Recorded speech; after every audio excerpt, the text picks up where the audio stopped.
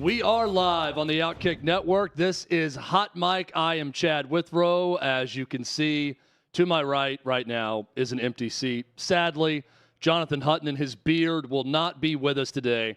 He will be back next week, but it's Friday. We're excited. We say it all the time. Weekends start on Thursdays on this show. So we're well within the weekend right now on this Friday. And we're coming to you live from a distillery and a brewery. No better place in the world on a Friday than 6th and Peabody with Old Smoky Moonshine and Yeehaw Beer. Again, I'm Chad Withrow. A lot of great things planned for you throughout the show today. Got some big guests coming up a little bit later in the show that we're going to get to, including our normal weekly segments with Michael Fabiano. We're going to talk with Keenan Reynolds, former Navy quarterback, who is actually up in Boston on Radio Row for the Army-Navy game that will kick off tomorrow. Talk to him about the importance of that game, his role in that series. We'll get into all that a little bit later in the show. And another one of our normal weekly Friday guests is Kelly in Vegas, Kelly Stewart. And Kelly in Vegas is guest co-hosting today on this show. She'll be with us for 3 hours, which is such a treat on this Friday. Kelly, how are you? Oh, Chad, it's Friday, so I'm fired up. 3-hour show. You and I are going to have some fun. 3-hour show. I love the emphasis on the 3-hour show. We said that to me on the phone also. 3 hours. We're going to make these 3 hours feel like 3 minutes for the viewer. That is the goal today, Kelly. I know that we can accomplish it. I know we can get this job done. I know you're fired up about some things that we're going to get into. We have a segment on the show called Scorched Earth where we're going to hit a number of headlines. That's coming up later. I think Kelly's going to go Scorched Earth, though, here very soon.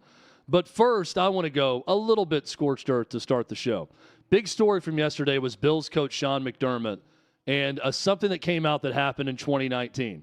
And what happened was Sean McDermott in a team meeting trying to rally the troops and talking about the need for his team to come together, decided to reference the 9/11 terrorists and ask his team, how did they come together? How did they execute their plot? And this was his way of motivating and urging his team to try to come together. Not a good move. Happened in 2019. He says he pretty quickly apologized to the team, or I don't know if it was an apology as much as a clarification, or tried to understand what was going on or let his team understand what was happening.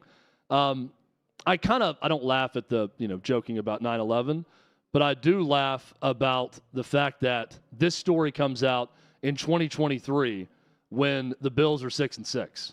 And suddenly there's some questions about Sean McDermott. Suddenly, okay, stories like this start to pop up when the Bills aren't winning. It's sort of a time-honored tradition that we've seen throughout sports. Here's what I'll say about football coaches, and Sean McDermott specifically. A lot of them just aren't very smart. This may come as a shock to diehard football fans out there, and I'm one of them. Football coaches, there are some that are just really good at knowing football and really bad about knowing anything else. Like, I don't know when not to try to rally your team around the idea of being terrorists flying a plane into a building. Probably not a smart thing to talk about with your team. Probably not a good way to go about motivating your squad. Most sane people and smart people understand this. I don't think Sean McDermott's all that smart. And I think there are a lot of football coaches like that. I think people confuse intelligence with expert football knowledge. I think Nick Saban's very intelligent. I think Nick Saban could probably do anything he wanted outside of football. I think Mike McDaniel is very intelligent. I think Mike McDaniel could be successful in any number of professional pursuits. I think Peyton Manning has shown, really smart guy, really good quarterback in football, could probably coach a football team. He's on television now talking about it all the time. He's an intelligent dude. He could do a lot of different things. There are a lot of football coaches out there, and Sean McDermott is likely one of them, given this story, that just aren't that bright outside of the game of football. So while many are shocked and outraged by this, don't be. Just understand that football coaches are dumb just like the rest of us, and don't treat them any differently. Kelly, you've covered sports a long time. You've been around sports a long time. You know that there are a lot of dumb football coaches out there. I usually articulate them to being dumb by, kicking field goals when down 2 scores. I usually give them the benefit of the doubt. And being in the gambling world, I never really had that much access to these guys. But Sean McDermott, definitely a bonehead move here. But it's wild to me. We're talking about something that happened almost 4 years ago. How, in the age of social media, how did this just now come to light? I think they're just now losing. I really think it's that simple. I kind of joked about it, but it's amazing how these stories about someone being bad at their job only creep up when things are going bad. Like every That's college, actually a very good point. Think about every college coaching job that we've seen over the years, that it's not until things start to fall apart that stories start getting leaked about the coach. When they're winning, no one's going to report anything. No one's going to say anything. But now that there's some question, Sean McDermott had to fire his offensive coordinator, Ken Dorsey. Team is 6-6. They should be better. Now that there's some question, and I don't think it's all that warranted, but there are some questions about his job security if this thing falls apart and they don't make the playoffs. Now all of a sudden you get stories about him being Michael Scott from The Office in front of the team and talking about 9/11 and how they need to unite like the terrorists did on that fateful day. It's crazy. But it's also, I hear it and I think, yeah, I watch Sean McDermott press conferences, and I just think that he's probably not that smart at anything other than football. And that's probably a fair assumption. And it's probably an unfortunate assumption. Chad, you mentioned all of us as a whole. I would have to agree. Sometimes people use stories and don't think it through, right? There he is, probably in the locker room trying to get his team fired up. And he thinks of a group of people who rallied together for a common goal. I can think of a lot of other things that I would have liked him to use as opposed to the 9/11 terrorists. It was an unfortunate thing, but I would have to agree with you. He either didn't think it through or definitely thought somehow it was going to motivate his team. Oh, and think of all the, one of my favorite things about Army-Navy week are the uniform reveals and how they show the uniform for the game and they show the moment in history that it's saluting.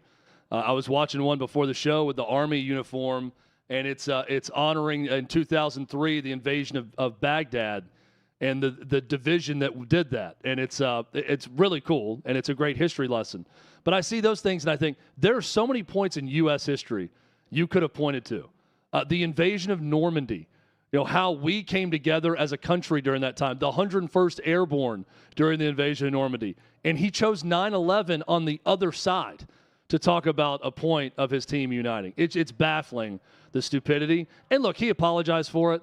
I'm not here to cancel Sean McDermott or say he should be suspended or fined or fired or any of that. He's going to have to wear it by being an idiot for having done that in front of his team.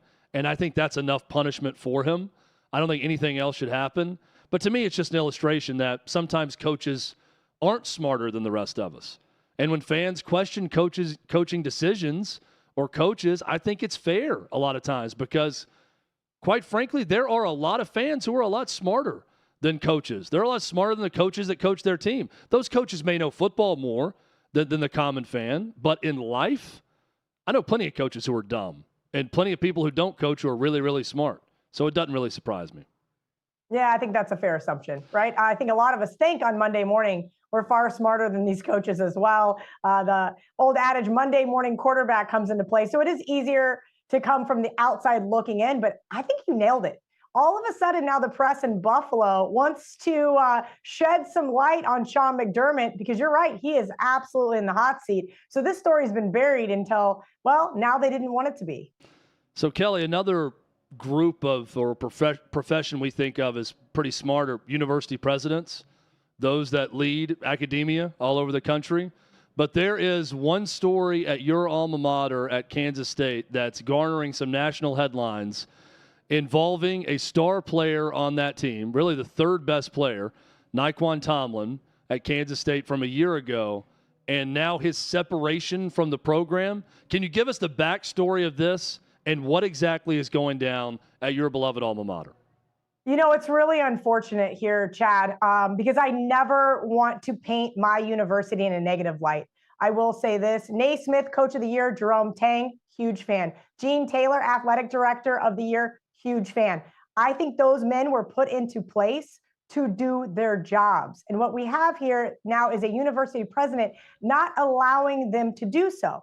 I've always kind of been told to question authority. So a couple of days ago, I started questioning and I started getting answers that I didn't really like. And there were a lot of unknowns. I was told to stand down. I didn't know the whole story. Well, growing up in Manhattan, Kansas, guess what? I still know a lot of people. So I started making some phone calls because I wasn't going to stand down. Something was very interesting here, right? We were told, okay, there was a bar fight in Aggieville, which is the bar district. There was some video that we are not allowed to see. There were some, well, we'll call it eyewitness accounts, right, from security guards as well as another player. But I have to think we let the legal process play out. So I say nothing, right? This was in October. I say nothing. On the 16th of November, a diversion was granted for Naquan. I thought, okay, we're going to see him come back. I traveled to the Bahamas to watch this team in the Baja Mar tournament. While Naquan was at home, he had purchased 50 turkeys from a local grocery store to hand out. He did not get to make that trip. He did his community service. He did everything that was asked of him. And frankly, looking back, I really think the university president gaslit us on Naquan's potential return, because I do not believe he ever wanted him to return. So 2 days ago, I said, hey, on Twitter, we should start questioning what is really going on here. By all accounts, the head coach says he should be able to play. By all accounts, the athletic director says he should play. Why is the university president gatekeeping this young man from playing basketball, right? He did not get suspended from school. In fact, he's graduating on Saturday. Now, again, remember, allegations, much different than charges, and convictions are much different than charges. So he has not been convicted of anything. He was granted a diversion. Now, I asked questions. We didn't get any answers. We had Gene Taylor, our athletic director, put out a statement saying Naquan was no longer going to be on the team. There was not one, but two protests on the campus yesterday and the day before, one in front of the president's house, one in front of the president's office, which is Anderson Hall. Jerome Tang, head coach of the basketball team, showed up at the protest and said, hey guys, please just go home. Let's let this go. Let's go pray for Naquan. This young man needs it.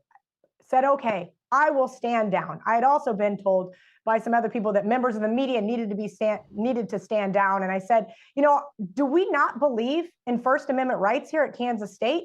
Well, sure enough, Naquan's video that somebody else had taken showed him showing up to one of those protests. He did what we call a drive-by in another player's car. He was riding shotgun. And now, today, the university president puts out a statement saying there's more to the story. Well, according to the authorities, there is no more to the story. Again, allegations like that can be very serious. I think it's a real travesty what we're seeing. And of course, today, Naquan has entered the transfer portal. So if other NCAA schools are going to allow him to play, why won't Kansas State? I am frankly upset about it. This is my alma mater that I love.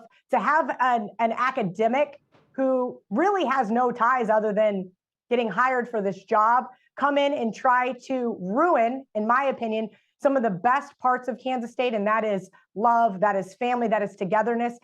Manhattan, Kansas doesn't have a lot to offer, as most college towns don't. My entire existence in growing up in Manhattan was surrounded around this university, whether it was baseball, football, basketball, women's basketball, volleyball. Gene Taylor has went in there and has done nothing short of a miracle. We now have a nationally ranked volleyball team. We have a nationally ranked women's basketball team. We had a basketball program that was so mediocre under Bruce Weber and was transformed in less than a year. We have a head football coach who just won a Big 12 championship.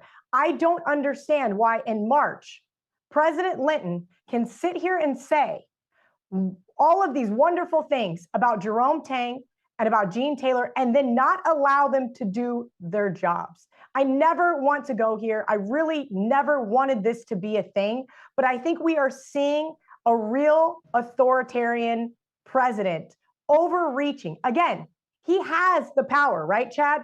But where have we seen this prior? We haven't.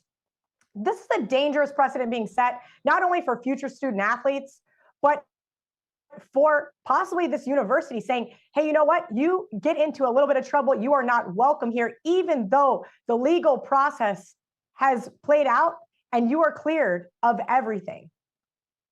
Well, some really good, well said, Kelly, and I think some really good points made about this. One, hire good people and let them do their work and let them do good work. And when you're the university president, there is a time to delegate responsibility and decision-making to an athletic department, an athletic director. As you mentioned, Gene Taylor's been very successful and made a lot of good decisions. Same goes for Jerome Tang. And also, in a transfer portal NIL era, the only truly loyal people in college sports are the alums, are the fans. We're not going anywhere, right? We're not taking an NIL deal to go to another school. We're not entering the transfer portal as fans or alum. I think that lesson needs to be learned by administration for someone like the president at K-State who's just taking job after job and moving up and going to different places. That's not the university. That's not what makes K-State, K-State, or Tennessee, Tennessee, or Mississippi State, Mississippi State. And I don't think many people in power understand that point. I would have to agree, and it's unfortunate. I sent a text to a good buddy of mine this morning, and I said, man, this is eerily reminiscent of when, well, you would know him, Mr. John Curry ran Frank Martin out of town just to turn around and leave for the University of Tennessee. And then K-State's basketball program subsequently was absolutely atrocious for the next decade. Yeah. Except this time it's not an athletic director because those two have a great rapport. I actually asked Gene Taylor at the KU basketball game last year. I had not flown home for a basketball game. Hey, Kelly, let's talk about on the other side of the break, okay? We're up against a hard out right here. And we're going to talk about Dabo Swinney's Zoom backdrop. That's coming up next.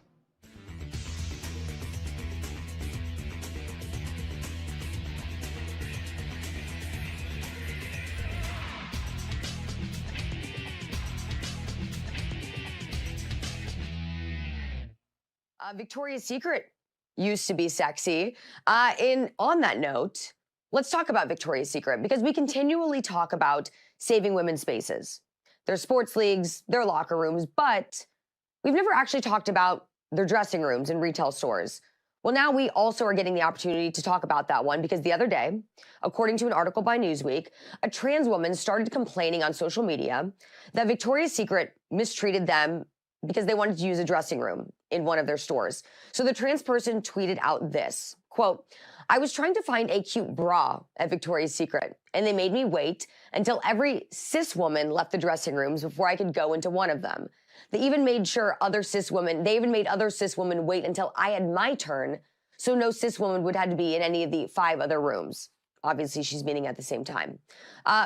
So let's just examine this for what it's worth. A biological man, right, was trying on a cute bra.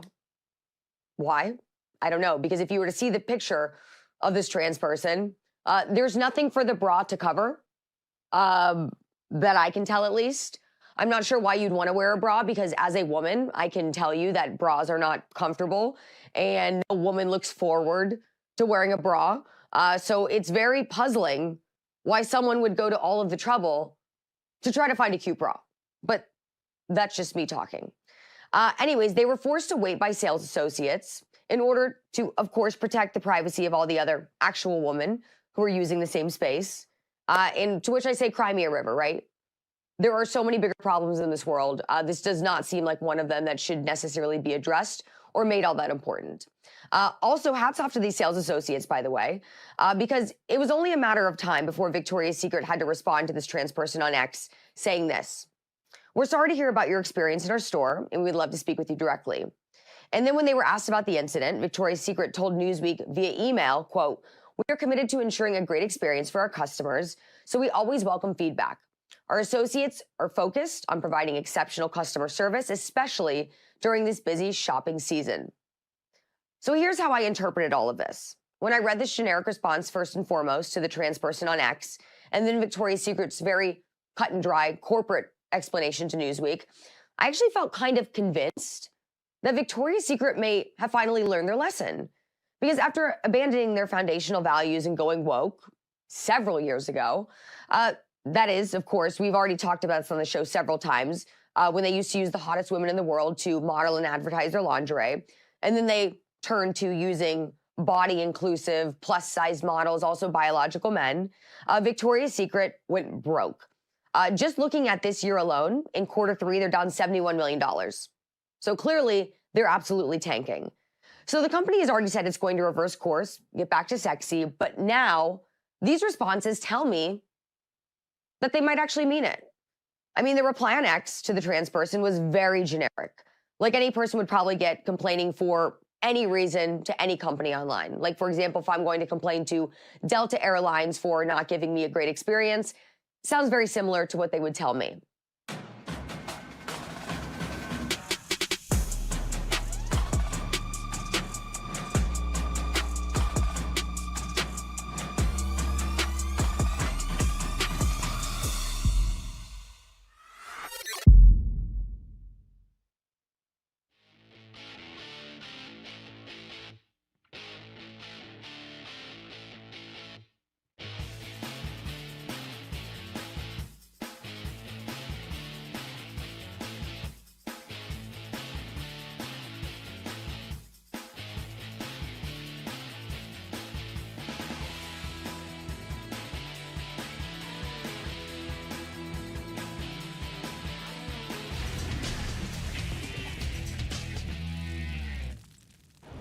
We're back on a Friday. We are well within our weekend right now. Hope you're having a great one. I am live. I'm Chad Withrow, and I'm live at 6th and Peabody, downtown Nashville, with Old Smoky Moonshine and Yeehaw Beer, as we are every day. Jonathan Hutton's going to be back with us next week. Kelly Stewart, Kelly in Vegas, with us, guest co-hosting throughout this afternoon. As Kelly has mentioned multiple times, 3 hours. 3 hours she will be on with us today. Part of the 15 hours we do here on Hot Mic every week. And Kelly's a trooper. She's going to stick with it the entire time. Kelly, we now are down to 2 hours and 39 minutes left of the show. So we are rocking and rolling right now. I'm glad you're doing a countdown just to get through it to Friday afternoon. I'm sure you're ready for some of that moonshine. Absolutely. May start before the show's over. Who knows? It's the day is young. As we know, 3 hour show. We're not even halfway through the first hour yet. Kelly, is someone that has a great Zoom backdrop that you have right now that I'm looking at. I am someone that, if forced in my home into the office, that even though I've been in this house for 10 years, is still not fully decorated. It looks almost like I'm in my college apartment, just with the backdrop of the wall and nothing behind it. I can sympathize with those that don't have great Zoom backdrops. Normally, I try to get in a spot in front of a bookcase that looks a little bit better. But if in my office, I can sympathize with, I don't know, Dabo Swinney, Clemson head coach, who's getting ready for his Gator Bowl appearance and did his Zoom press conference from what looks like the map room of a 1975 ranch-style home in a suburb somewhere. We're showing you the photo of Dabo Swinney right now. This does not look like something befitting someone making the money that Dabo Swinney is making. That, oh, by the way, Kelly, a caller pointed out and said, why are we paying you this much money again? When they were struggling to a 4-4 record earlier this season, which prompted him to get very mad. That's not the best backdrop. No, it looks like he, my backdrop is wood, right? There's just wood paneling that should have probably been removed from whatever room that was about 20 years ago. There's trends, there's things that come in and out from, we'll call it interior design world. But man, that is, it looks like he might as well be like in a bunker somewhere. Like, what are we doing? You got your map on your wall so you can plan your escape. I'm not sure where Dabo's at, but that's pretty comical. Also, the ceiling, it almost looks like the ceiling of like my elementary school, a classroom there. There's definitely asbestos in that ceiling. They should get that checked out. Very, very different. See, like you throw your pencil up and it's going to stick in that ceiling every time. That's what that it looks kid. like. I know exactly. You were the kid. You probably had 6 pencils stuck above your desk at all points in time. That's probably Tyler from Spartanburg's basement, and Dabo's being held hostage. That's at the it. moment. Thank you, Davey. Oh Tyler goodness. from Spartanburg was the caller. Yes. Or maybe he was just having dinner with Tyler in Spartanburg to completely tell him once again, this is why I make the big money and the big bucks. Or maybe so I can afford a better basement than the one that I'm in right now. I look at the wood paneling in your backdrop, Kelly, and I don't know what you call that decor, but it's modern wood is how I would describe it. This is more of a pastime wood that you've got going on at Dabo's. This is more of a modern design plan. Do you have a name for what that is behind you, the decor? These are called slats. So you can buy individual slats, and then you can hang shelves and drawers. So I really got sick of the blue screen, the green screen. It really limits your color choices. And then I kept going back and forth between being a blonde and a brunette. So then half the time my hair looks terrible. So I said, you know what? I want to build something really nice that just looks great no matter what I'm wearing, what show I'm on. So this is what I went with.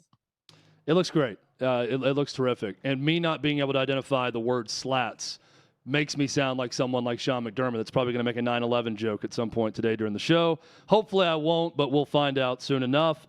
Let's get to our dumpster fires of the week, shall we? It is a Friday.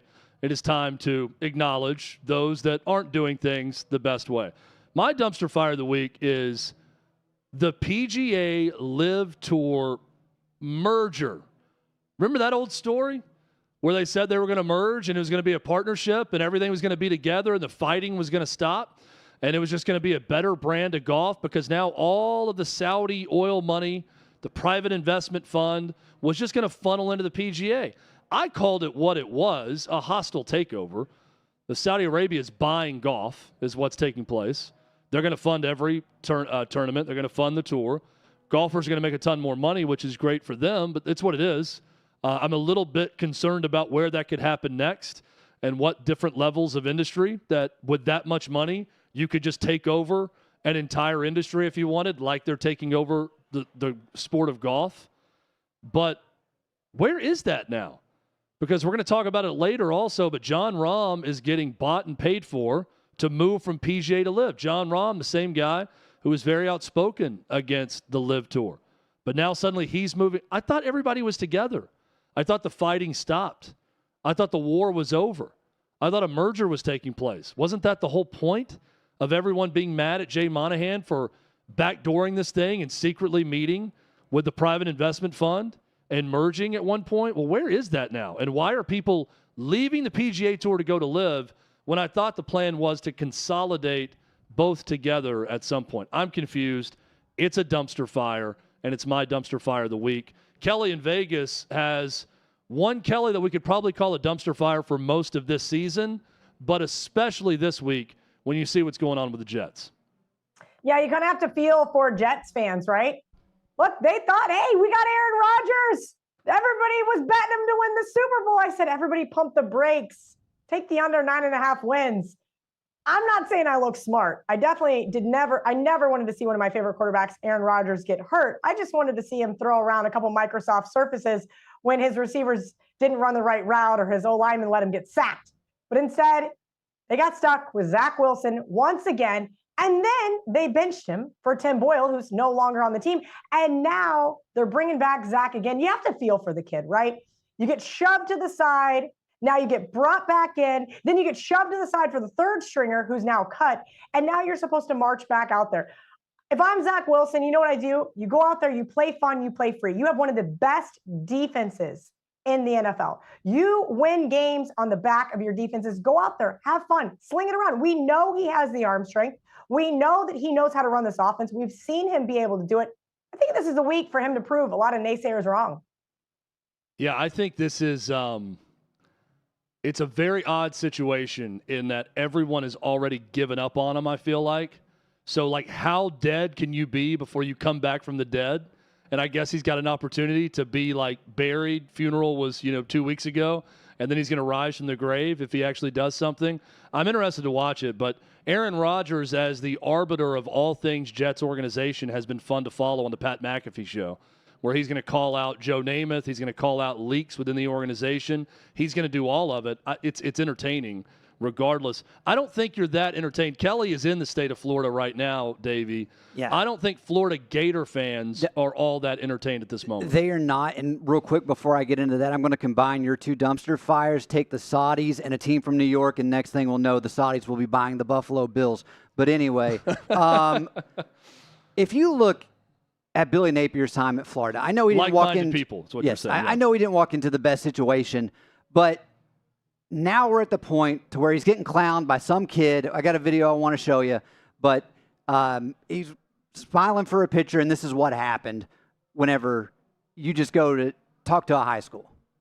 Hey, smile if LSU dropped 50 on you. I mean, like, I get it. You can't, like, just smack the kid there like you would probably want to, but just laughing it off. And then, of course, all the fans on Twitter are just going to roast you. It's bad enough you lose. Then you got some 14-year-old clowning you on top of that. But to go even further in this dumpster fire, Nick Delatorre put out the tweet that the Gators now have half of Billy Napier's first recruiting class in the transfer portal.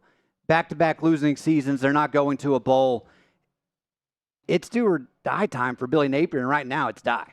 It's Davey, let me interject there. Sorry, Chad. I want to say something. Living in the state of Florida, and I kind of went off to start the show about Kansas State University, but I will say this: whether it's good or bad, our expectations are hampered. You know who don't have their expectations hampered?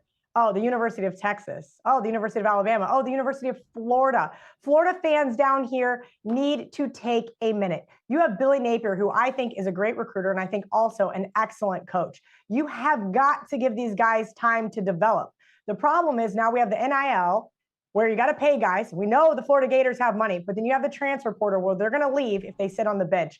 I think the new way these coaches are trying to have to navigate all of these missing pieces is so tough.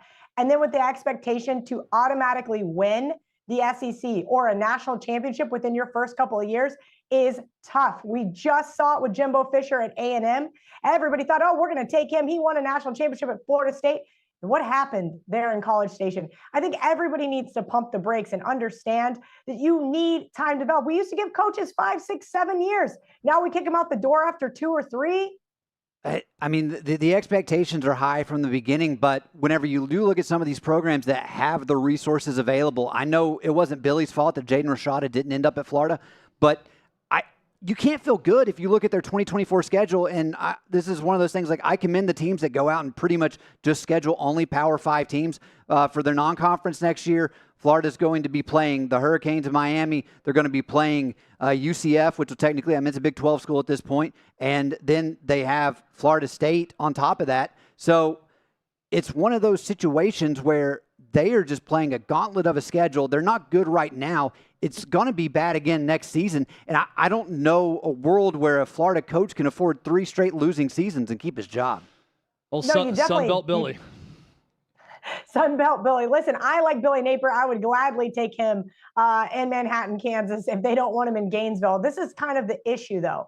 When you have these kids that we are allowing to just jump ship after 1 year, it is very hard to develop talent, right? We're no longer developing players. You've either got to poach players, which is a whole nother argument, but we're seeing it happen, or you've got to bring them in hopes that they're willing to sit on the bench for a year or two. It's a tough place to be, especially in the SEC, where it's win or go home right out of the gate.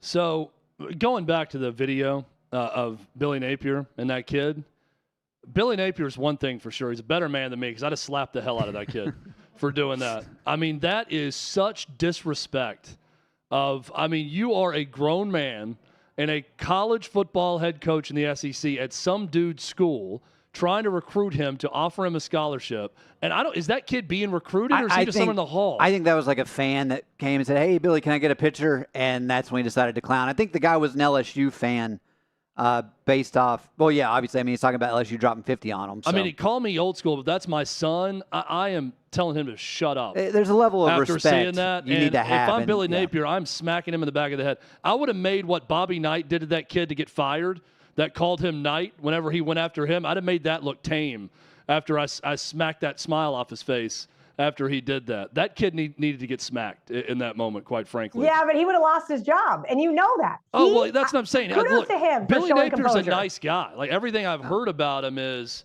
he's not a temperamental dude. I'm saying he's a better man than me for not reacting differently. I don't know that I actually would have physically assaulted the kid.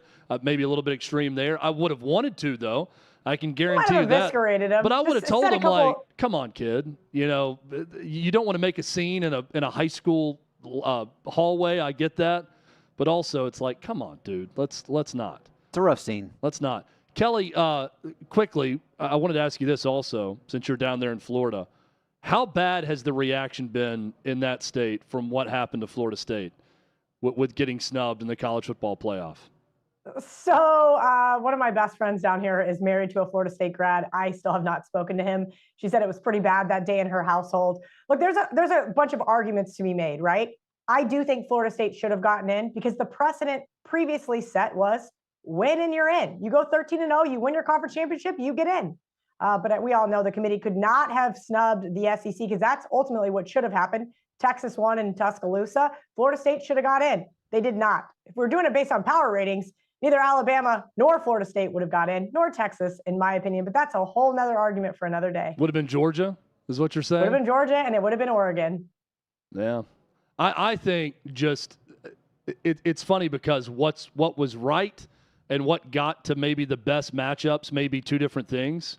Because I think what was right was Michigan 1, Washington 2, Florida State 3, Texas 4. That's Correct. how I would have numbered them. But it's hard to argue with Nick Saban versus Jim Harbaugh. So I see the appeal. And Alabama's had a great year after starting slow. They've gotten better and better. They've been terrific.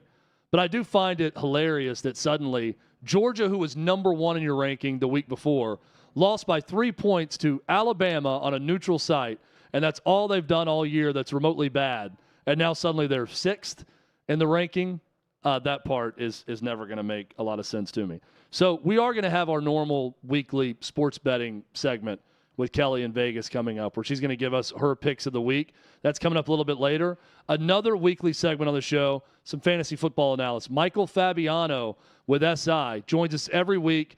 He's going to give us his sits and starts. He's going to tell us what to do. If you've got a viewer submission you want to give to us, let us know in the YouTube chat. We'll ask your question to Michael Fabiano. That's coming up next. This is Hot Mic across the OutKick Network.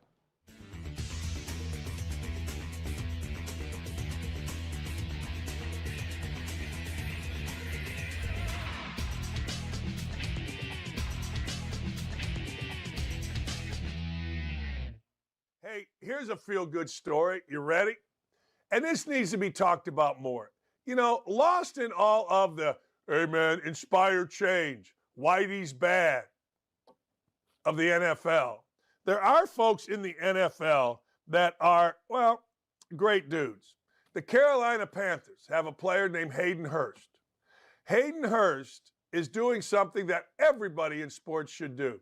Yeah, I know everybody in sports should try to be a rapper. Yeah, I know, like Von Miller, everyone in sports should get their side piece to not frickin' talk about your indiscretions. Yeah, I know everybody in the NFL as a wide receiver has to act like a damn idiot. I get all that. I do, I swear. But Hayden Hurst, he ain't like that.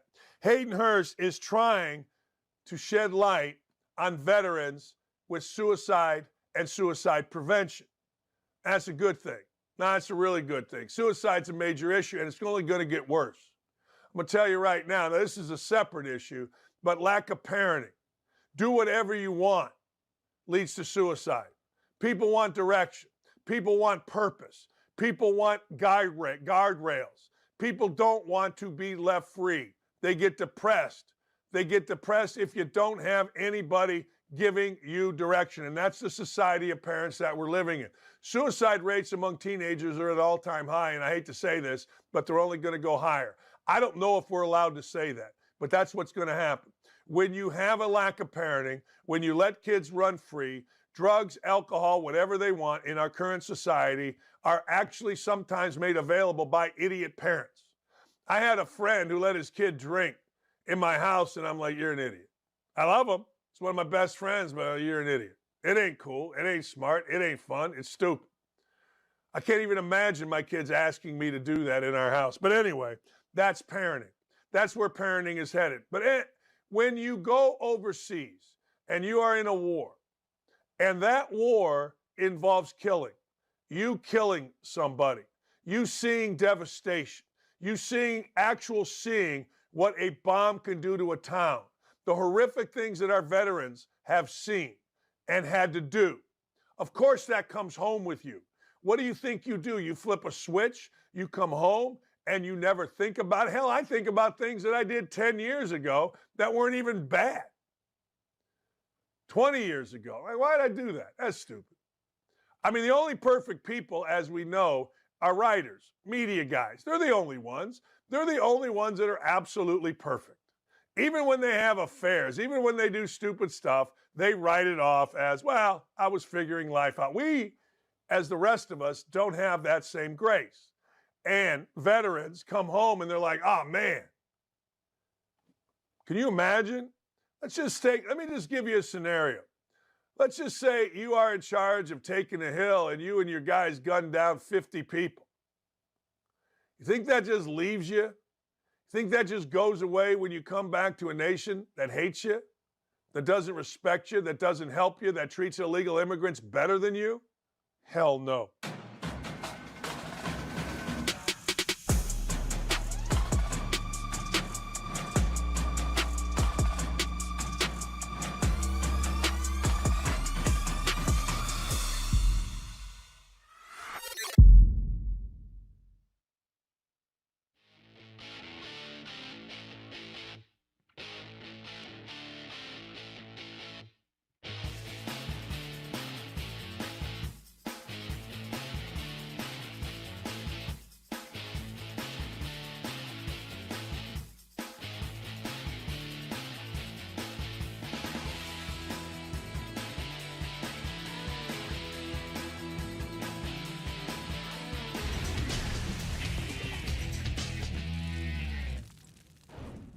We're back. It's Hot Mic across the OutKick Network. I'm Chad Withrow, coming to you live from our 6th and Peabody Studios, downtown Nashville, with Old Smoky Moonshine and Yeehaw Beer. Kelly in Vegas, Kelly Stewart co-hosting with us today.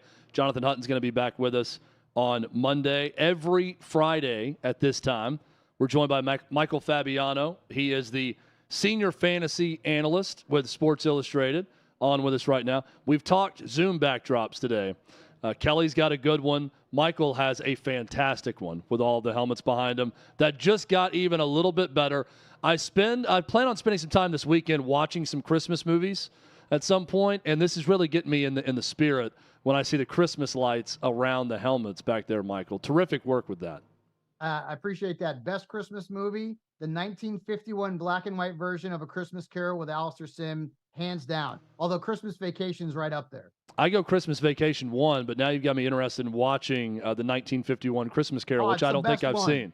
So I'm going to have to check that one out, no doubt. So expectations going into last night from a fantasy standpoint for that game versus what we saw in that game. The outcome aside, with the Steelers losing again back-to-back games to teams that were not good, what did we learn last night fantasy football-wise?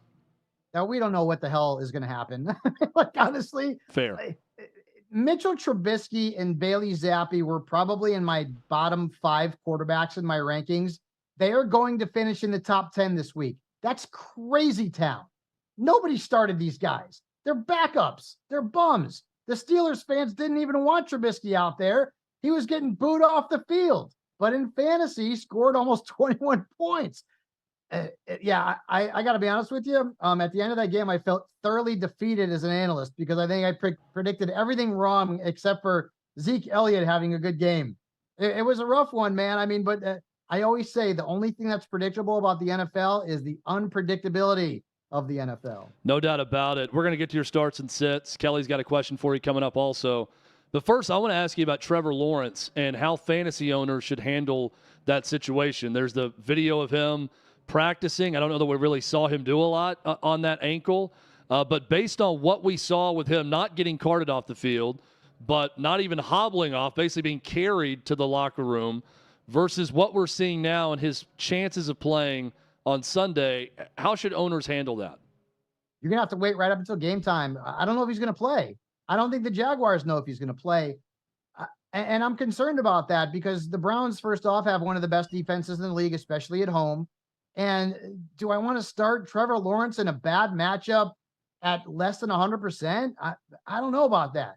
But to be honest with you, it's probably better than C.J. Beathard against any defense, to be quite honest with you. So you're probably going to have to wait until we find out if he's going to go or not. That's going to be part of the inactives report against the Browns. And even on Cleveland's side, we don't know who the quarterback's going to be. Joe Flacco, I would think, would start, but Dorian Thompson-Robinson was removed from the injury report, so he might start. This week is going to stink. It is going to be a headache, and it's the last week of the regular season in fantasy before we go to the playoffs. And I promise you're going to have to break out the Excedrin because there's going to be a lot of headaches like there were last night. Kelly, go ahead. You got something for him? You want me to keep Yeah, rolling? I do. Okay. So, Michael, my biggest problem with fantasy is I hate it, right? Every year whoever I draft. Cut the mic. Whoever I draft in the first round always gets hurt, right? Last year was the first year in our big money league I finally made the playoffs. Now I'm on the outside looking in. I need a win for Sunday to get in. If only, just like in real life, the front runner who I'm playing this week just sat everybody because he's already into the playoffs and has a first round bye. But my problem is here, I tend to align my fantasy lineups with my bets. So I like Chicago this week, and we'll get to that later on in the show. But that means I want to sit Jared Goff and start Jordan Love. I'm kind of in this back and forth conundrum. They're basically both projected to have the same amount of points. Am I crazy for addressing fantasy like I do my gambling? No, not at all, because they're kind of overlapping, right? I mean, when you're looking at player props, you're looking at fantasy points too, because yards and touchdowns equal fantasy points. And I think you're 100% on the ball. Jordan Love is a better play this week than Jared Goff, at least if we, go through the process. Jordan Love's had 3 straight games over 20 fantasy points. The Giants stink against quarterbacks. On the flip side, Goff, although he's been better on the road lately, is typically not great on the road. And the Bears defense has played better lately. I mean, what do we have? 4 interceptions against Joshua Dobbs before the bye. So no, I'm all in on Jordan Love this week, and I would certainly start him over Goff. And the whole wagering and fantasy, like those two worlds kind of collide. They're interchangeable. So we're all looking at the same thing, except for you're looking at, pure yards and touchdowns and catches and that kind of thing. And we're looking at how those equate into fantasy points. You're a Bears fan, by the way?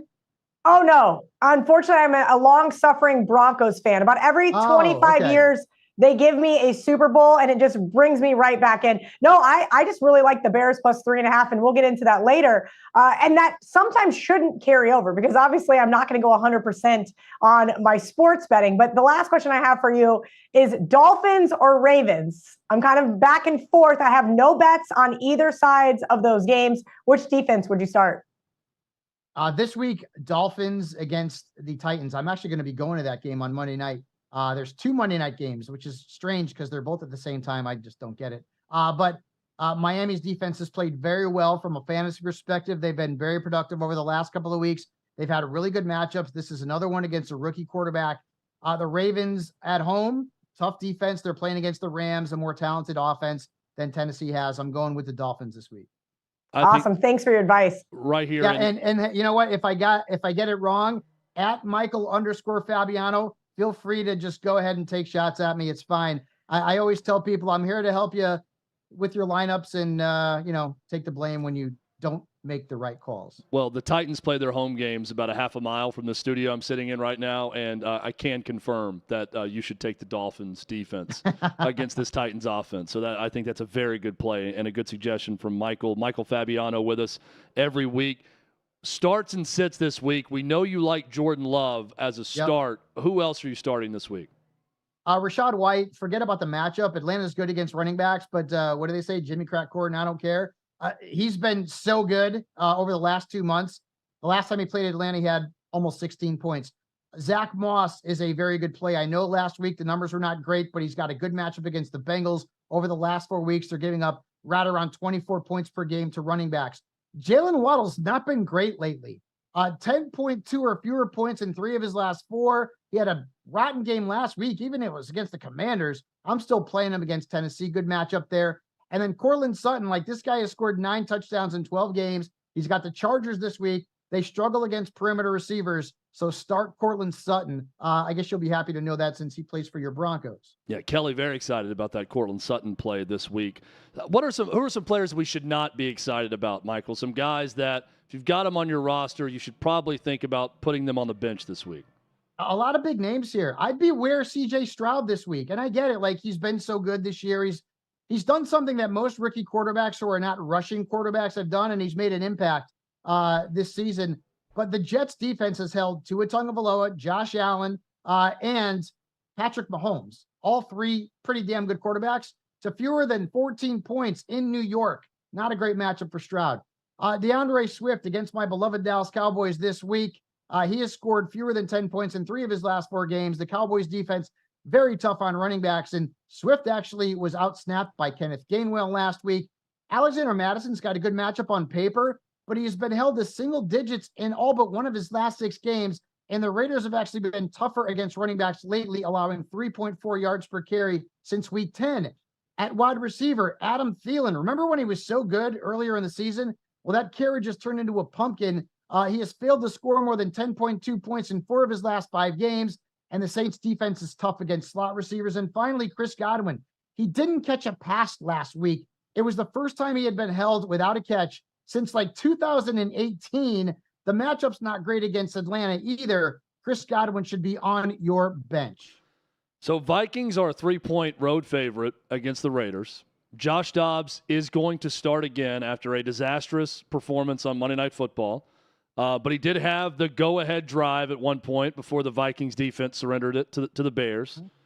How do we view Justin Jefferson getting back in the rotation but having Josh Dobbs throwing him passes from a fantasy perspective? It's kind of unknown, right? I mean, he's very rarely caught passes from anybody than Kirk Cousins in his career.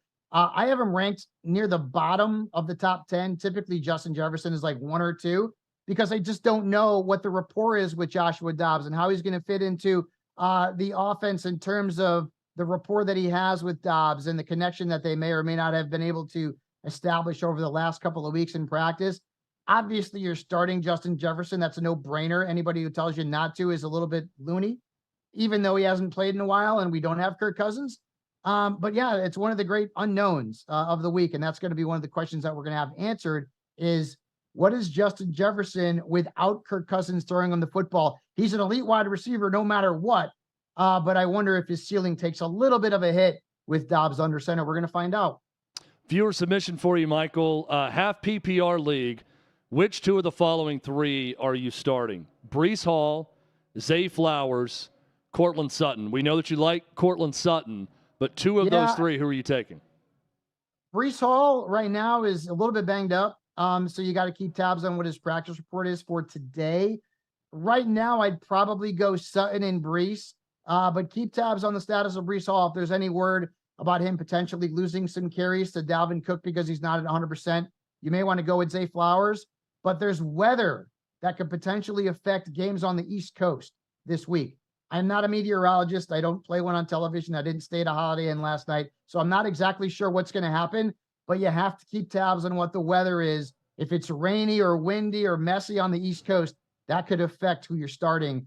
So keep tabs on that weather, especially in the Baltimore game, Cleveland, New York, and all those teams playing on the East Coast. Lucky for us, Kelly went to meteorology school, so we're going to ask her about all the weather stuff did? later. So no, I just made that up. I don't think she did. Oh, it's just a made up. Yeah, okay. I made it up. I bet she could pretend to know the weather, right? I feel like we could all act like we know. I could definitely pretend. I grew up growing up in Kansas, terrified of tornadoes and thunderstorms. The Weather Channel was my second favorite channel to watch. That's a whole nother story, though. Funny story about Kansas. If you didn't already know, my last name would suggest I'm Italian. I have family in Wichita. They have an Italian restaurant out there, and they may or may not have been forced to leave the tri-state area for certain reasons that I'm not going to get into. I was gonna. I went to Kansas once, and the only thing I could remember thinking was like, "Damn, it's really flat here."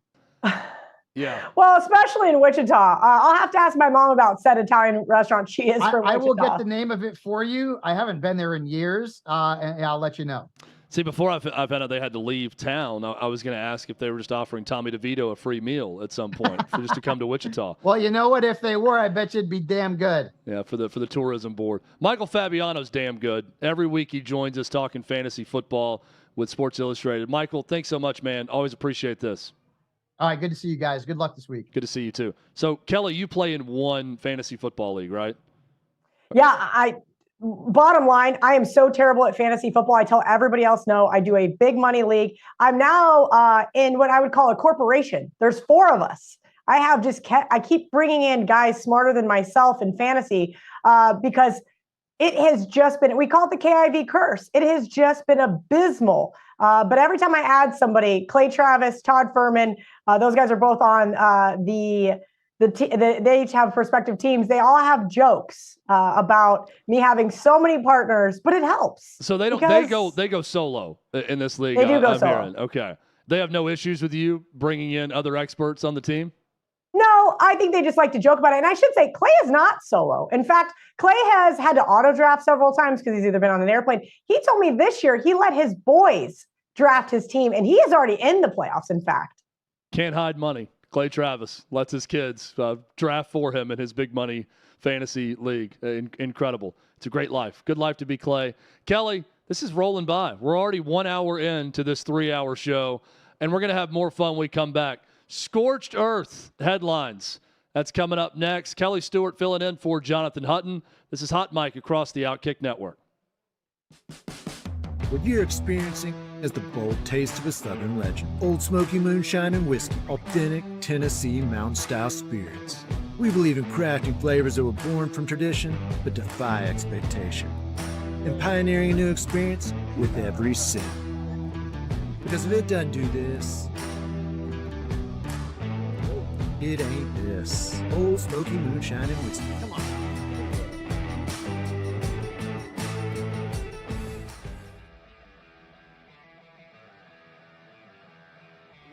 Welcome into OutKick the show. I am Clay Travis, your fearless leader. I am going to continue to argue that sports is one of the great unifying forces in all of American life. ESPN is a sinking ship. Democrats are now the party of the white, woke college graduate.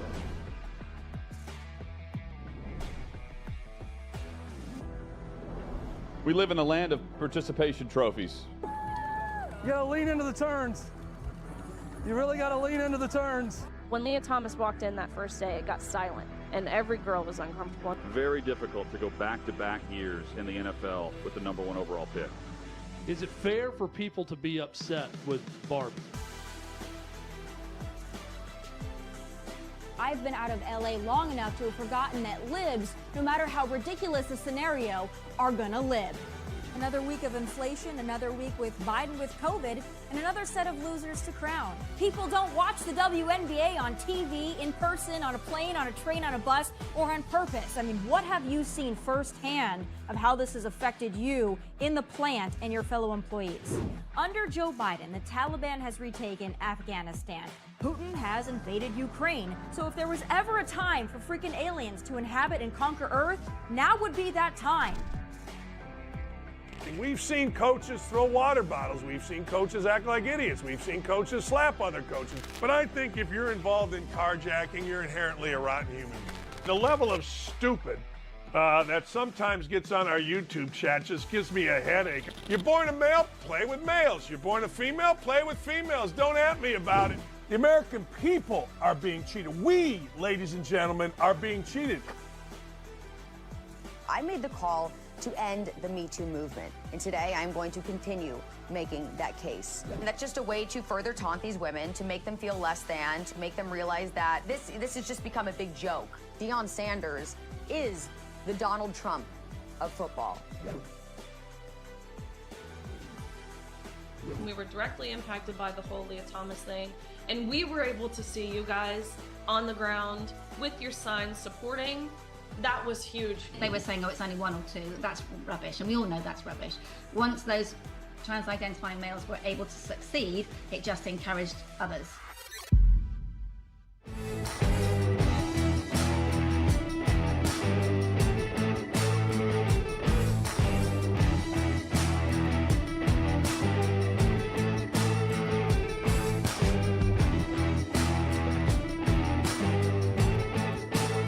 Old Smoky Moonshine and Whiskey.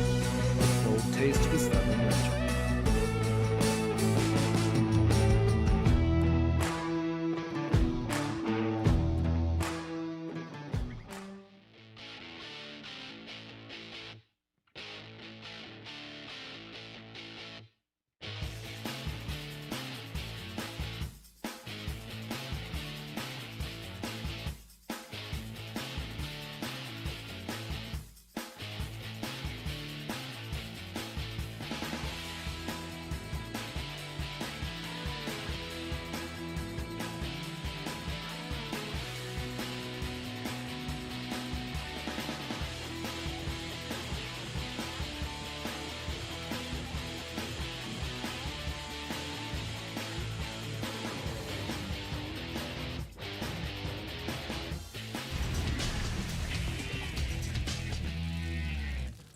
We're back on a Friday. I'm Chad Withrow. Jonathan Hutton not with us today. Going to be back with us next week. I am live in Nashville, Tennessee from our 6th and Peabody studio with Old Smoky Moonshine Yeehaw Beer. It always feels like the weekend when you're here at 6th and Peabody.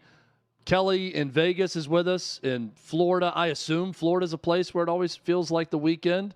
I'm sure that's the case. Kelly Stewart on with us, co-hosting the entire show today. It is the weekend now, sort of, in Florida. Does it always feel like the weekend there, though, Kelly? No, it always feels like happy hour, right? So I lived in Vegas for 15 years, and it always felt like the weekend because there was always people there for conventions, and they always wanted you to come out, whether it was a Tuesday or Thursday. I actually would argue to say Nashville is worse than Vegas.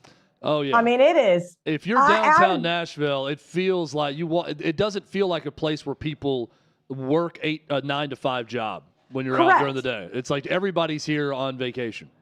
Yes. And honestly, obviously, Vegas is a lot more spread out than Nashville is. I always got to use the excuse of, oh, sorry, I live 30 minutes from the strip, or, oh, I have to do this or that.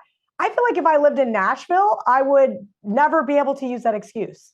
You just got to move outside. And then, just like in Vegas, if you live in the outskirts like me, then it's like, oh, okay, yeah, it's too long of a drive, traffic, whatever, I can't do it. That's how you make that excuse. Hey, there's no excuse not to go to the OutKick store right now. You need to do that because the OutKick store is playing on a new field. That's right. The new OutKick store just launched, and to celebrate, we're offering a buy one, get one 50% off deal for a limited time. You can find polos, T-shirts, and more when you visit shop.outkick.com and score 50% off. All you have to do is visit shop.outkick.com, put the items in your cart, and the discount will automatically be applied. So check out the new OutKick store and check out what Marvin Harrison Jr. is possibly being offered right now. That's our first headline in our Scorched Earth segment. Marvin Harrison Jr., this according to Christian Williams, who is a reporter, Christian Williams NFL, got a lot of followers with a couple of different shows. He says in a post on X, Marvin Harrison Jr. and Travion Henderson have allegedly been offered NIL deals that rival first-round draft pick money to keep them in Ohio State for the 2024 season, per sources. It's unclear if either will accept the deals. For Harrison, that's roughly $25 million next year, plus any endorsement pro-NIL income. That is crazy to me. My first question, Kelly, was, did the Saudis buy Ohio State also? Maybe they've elected, they've decided what program they're a fan of, and they've decided to put all their money into Ohio State Buckeye NIL, because that is an absurd amount of money for one player for 1 year. I mean, it is, but look what Arch Manning got from Texas, and then they didn't even play him. I think that sometimes these schools with so much money just want to buy a national championship, so they're going to go after it. I have no doubt that there's some Buckeye donors out there that are willing to slap down $25 million. Isn't it a tax write-off anyway? Yeah, it is. I also think that maybe the offer, I have a hard time believing the offer is, let's say, $23 million or whatever it is. I think it's something that, knowing that that's part of your guaranteed money for the entirety of your rookie deal, like it's probably kind of prorated. I'm thinking it's maybe a fourth of that, right, based on a 4 or 5 year rookie contract. And then that say, okay, now you're getting that piece of it you would be getting. And then a year from now, you're still going to get that because you're still going to be a top 5 pick. So you're going to get all that plus what you're going to make this year. I got a hard time even, the rumors, the reports were that, Tennessee, for instance, again, not confirmed, but when they got 5-star Nico Iamaleava that he was making, remember, it raised a bunch of eyebrows. He was going to make $2 million a year in his NIL deal. Now, that's a lot of money for someone who's never played college football. But if you feel like this is a difference maker at quarterback and you're going to have them for 2 or 3 years as the starter, minimum, I don't think that's an absurd investment in a quarterback if you're trying to win a championship, right, for a college football program. $23 million for a wide receiver, even as great as Marvin Harrison Jr. is, that seems absurd to me, which, again, makes me think maybe Saudi Arabia is involved, and that's why this is happening. There's a lot of absurdities going on right now in college athletics in terms of how much money is being thrown around. And look, knock on wood, you never want to wish injury upon anybody, but are these guaranteed contracts? I mean, your rookie contract is all but guaranteed. If you tear an ACL, your rookie year, you're still getting paid. But these probably, I'm guessing, donors, NIL brokers, basically are all but agents, right? In facilitating these deals for these kids. Are we putting in stipulations here? I have to kind of wonder. I mean, I haven't looked into it much further than my own university's NIL that I've partnered up with, because I do want to keep and retain and to make the student athletes that go to my alma mater happy. I do want them to be able to have cars and nice apartments and things like that, compared to when I was in college, the guys were scraping together change to go to Sirloin Stockade on Sunday because the dining hall was closed. I think it's a great point, and there's kind of two different levels of it. A roster retention, a player goes to K-State or wherever, and they've already proven themselves. They've had a good year or two there, and they want more money to stay. Okay, you've proven yourself. You've proven your worth. It feels like you're somewhat loyal to this place. So let's make sure that athlete's happy, versus just engaging in an all-out bidding war for high school prospects. And I think the example of where that could go south is at Texas A&M, where they had historically maybe the best recruiting class ever. And you start to look at it, and I think, were those guys going to Texas A&M for the right reasons? Are these the right types of competitor that you want that's just going to the highest bidder? Or is there something there where maybe their lack of success the way they wanted it is in part, and this sounds crazy to people, but is in part because they just outbid everyone. And they weren't really looking at, why is this person coming here exactly? And if it's just for the money, what is their motivation once they get that money? If they have no connection here, if they're not really in with the staff, if they're just not built that way, I don't know how to answer those questions. But to me, that's something I'm asking if I'm a coach.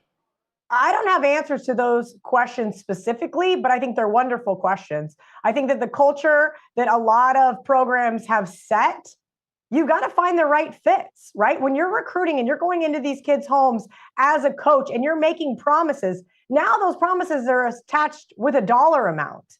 And so do you care that you sit on the bench for a year? Well, you're getting paid anyway. Does it matter that maybe you didn't get the minutes that you wanted? I mean, if you're looking at the transfer portal alone this year, and then you start to look at the NIL money that was associated with it, kids are just jumping ship left and right. I don't know how much is the money, as it is the notoriety, as it is the fame, as it is the minutes, so that you can have that tape so that you can get to the next level. And also the benefit of being associated with one place and how that can carry you the rest of your life with business connections, with alumni events, with going back on campus, versus, hey, I got the love from this place. Now I want to go get love from somewhere else and transfer and go somewhere else. And now I have kind of a split allegiance because I went to 2 or 3 different places. We could talk about this for hours, but I see the benefit of both. And if I'm a 20-year-old kid, again, yeah, I see how it'd be fun to re-enter the recruiting pool again and go take visits and be wooed by other schools, right? I mean, everybody gets the appeal of that. But I think the lesson I'd want to teach, now I sound like a really old man sitting on my front lawn, kicking kids off of it, smacking that kid again that was talking to Billy Napier. But if I was going to sit down and the lesson to me would be, you don't understand the lifetime value of being associated with X school forever. That you stayed, you're going to get paid here also. Just stay, enjoy the love from that fan base, and know that even, sometimes fans and alum, they're going to love someone who stuck with it, even if it was bad while they were there in terms of wins and losses, right? So there's a value to that too. I know you understand that. I think it's tough. I do understand that. I think it's tough, right? We're talking about 18, 19, 20-year-old kids, some which come from money, some which don't.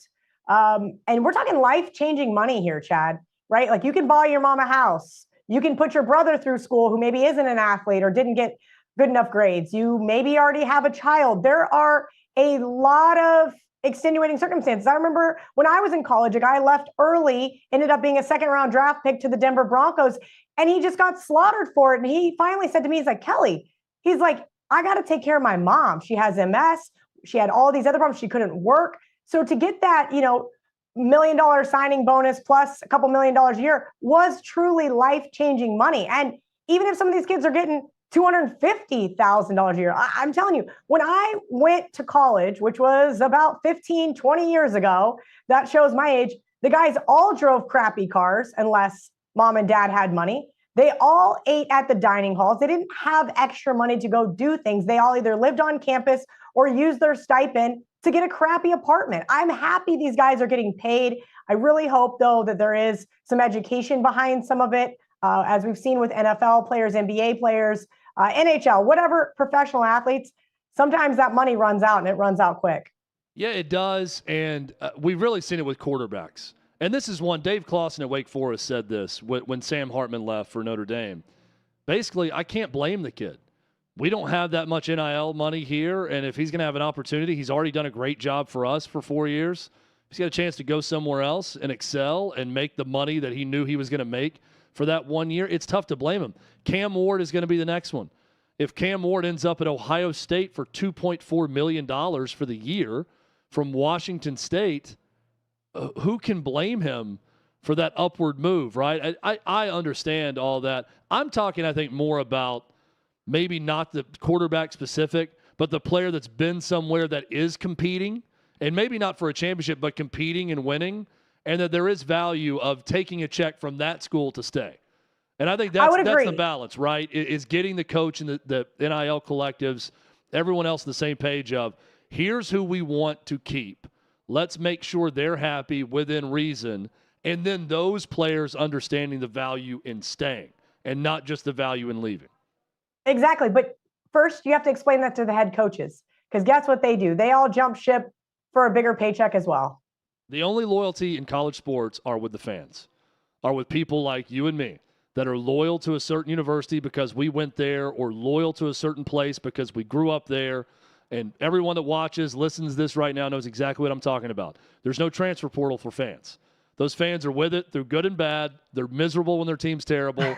They're excited when their team's great. And they're not going anywhere. But you're right. Coaches, players, zero loyalty right now. And that's kind of what the money does at times. The money also appealed to Mike Elko, speaking of coaches who left, leaves Duke, goes back to A&M, where he was a defensive coordinator before, to be the head coach. So Duke hires Manny Diaz, defensive coordinator from Penn State. I don't know what to think about this move, whether I'm, like it, hate it. All I know, Kelly, is that people in coaching really like Manny Diaz. Anyone I follow who's a coach says nothing but nice things about him, and they all seem thrilled that he's getting another opportunity to be a head coach after his stint in Miami. This is where my allegiances towards my bets come into play. Yep. Manny Diaz has had some very questionable play calls. He has had some really bonehead mistakes being made. So when he got the offensive coordinator position, I thought he fit right in. Him and James Franklin could be buds together. I'm happy for Manny. I've also heard that Manny is a wonderful guy. Let's see if he can equate that to success. Now, here's the problem. Not everybody's meant to be a head coach. We say it all the time in the NFL, but we don't say it enough in college football. Sometimes guys are better clock management guys. Sometimes guys are better players, coaches. Sometimes guys belong in the coordinator positions. Going to give Manny a second shot here, but I hate to see it for Duke. You never want to see a coach jump ship that quickly, especially the leaps and bounds we've seen from Duke over the past 2 years. Yeah, no doubt. Duke's going to be interesting, though. I don't know. Mike Elko did a terrific job. How stable is it? Riley Leonard's in the portal. He's leaving, obviously, a star for Duke. I'm going to be curious to see if that's a hand it off, continue with the base that's been established, and continue going 7-5, or if it is a bottom falling out type situation that Manny Diaz then has to build back up. We'll see how it goes at Duke. I think Duke is going to give Manny much more of a pass than the University of Miami did, right? He was a winning coach. But again, we talked about some of those places with more money than God. The University of Miami is one of those, because in the 90s, they had set a precedent, and unfortunately, they have not lived up to it since. So poor Manny, 21-15 in his tenure there, not good enough, got the boot. No doubt. So Miriam Mashiri, who's with the BBC, on a live newscast was caught coming back from break, flipping off someone, the camera person or the producer or someone else. And apparently people are mad about this. There are people actually calling into the question the state of journalism because someone on the BBC was caught doing this. Look, I think Miriam looks kind of awesome in this thing. I watch this and I laugh because clearly she's laughing and knows the person and she's joking around and doing this, and she got caught on camera. There, but for the grace of God, go I. Because we have all said things around a microphone. And Kelly, we just pray that we have good production people like we do here at OutKick that don't have us going live on the air when those things happen. So I am not offended by this in the least. In fact, I find it hilarious. Chad, I'm not offended by anything. Like, I don't care. I mean, what are we worried that a child saw this? I mean, what is the real concern here?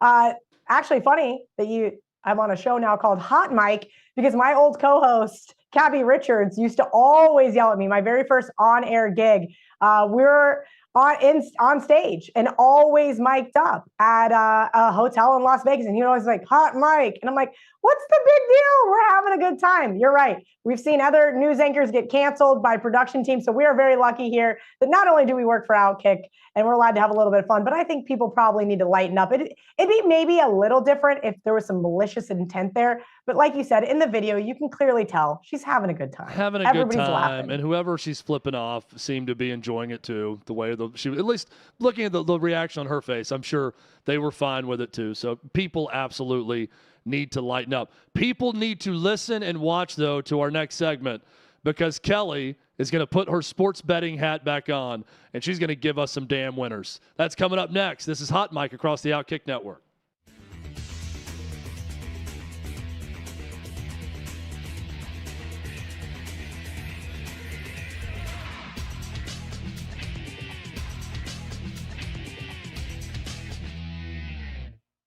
Victoria's Secret used to be sexy.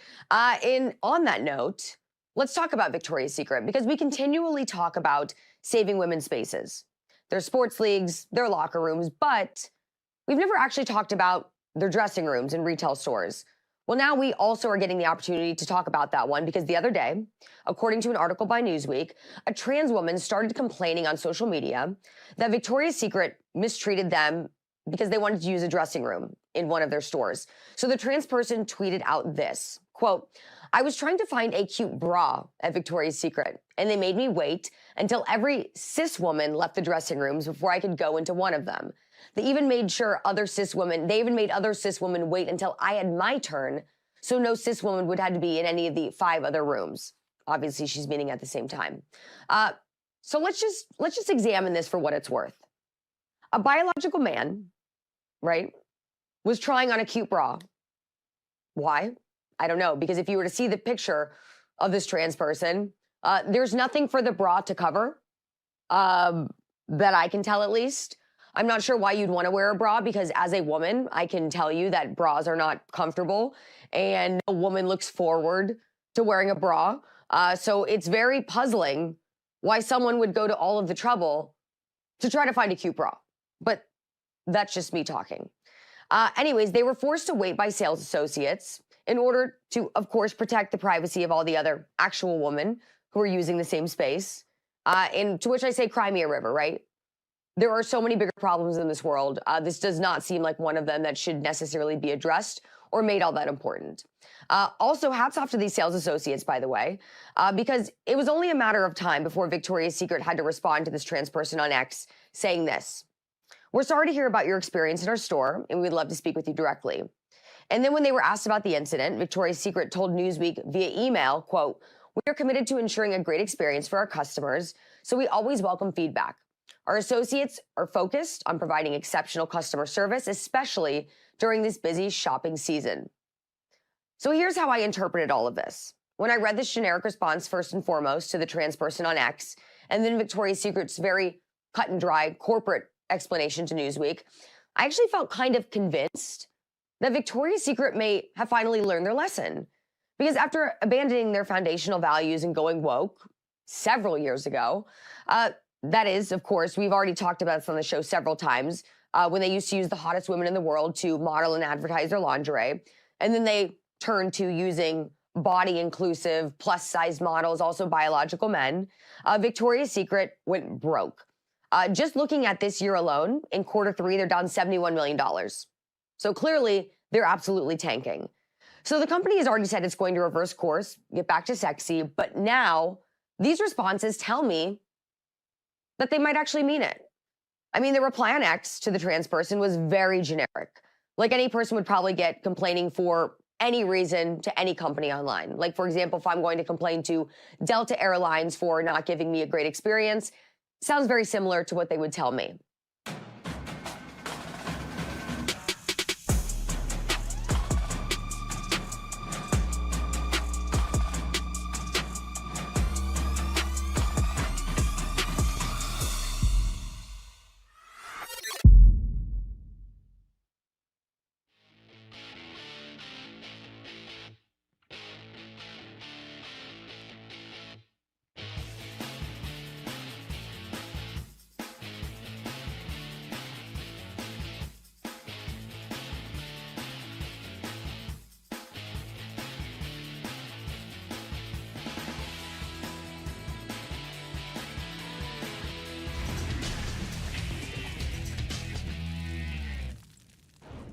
We are rolling right along on a Friday afternoon on Hot Mic on the OutKick Network. We are live from 6th and Peabody Studios, downtown Nashville, with Old Smoky Moonshine, Yeehaw Beer.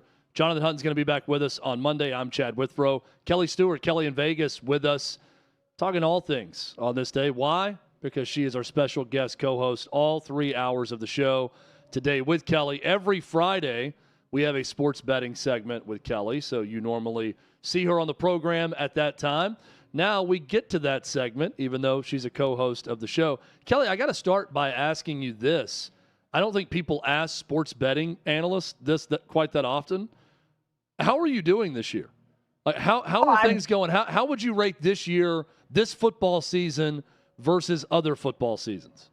10 out of 10 would not recommend, Chad. That's what the young kids say. The NFL has just been atrocious, especially over the last month. I don't know if you follow any, what I would call like behind the scenes guys that get good intel with bookmakers. There's quite a few out there. Each sports book has like their own guides, like 78% of the tickets are on the Lions, 40% of the tickets are here, right?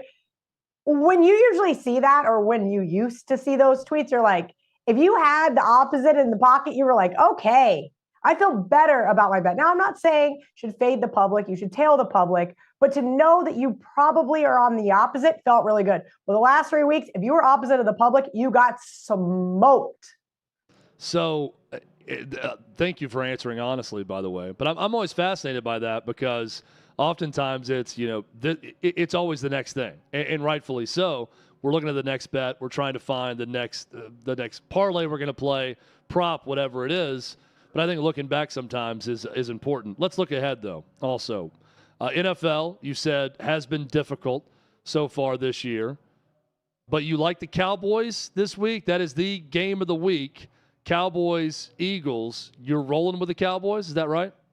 I am. And the reason why the games that I chose this week were because, honestly, this is how you have to look at it. We had last night Bailey Zappi and Mitch Trubisky. Let's just look around the league at all of the crazy backup quarterback matchups you have. So unless you have somebody who is very well-versed in their power ratings and can actually articulate the drop-offs appropriately, be very aware here. Do not overreact to it being a backup quarterback. I think Jake Browning proved that to us on Monday night. So I went with a couple of games where we know who's playing. Dallas being my best bet this week over the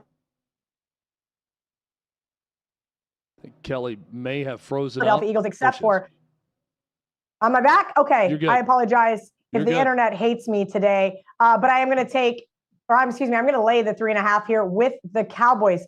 I understand the Philadelphia Eagles were red hot, but it was kind of a farce. And I don't mean to piss off Eagles fans on this show, but you have to kind of admit they were this year, Minnesota Vikings.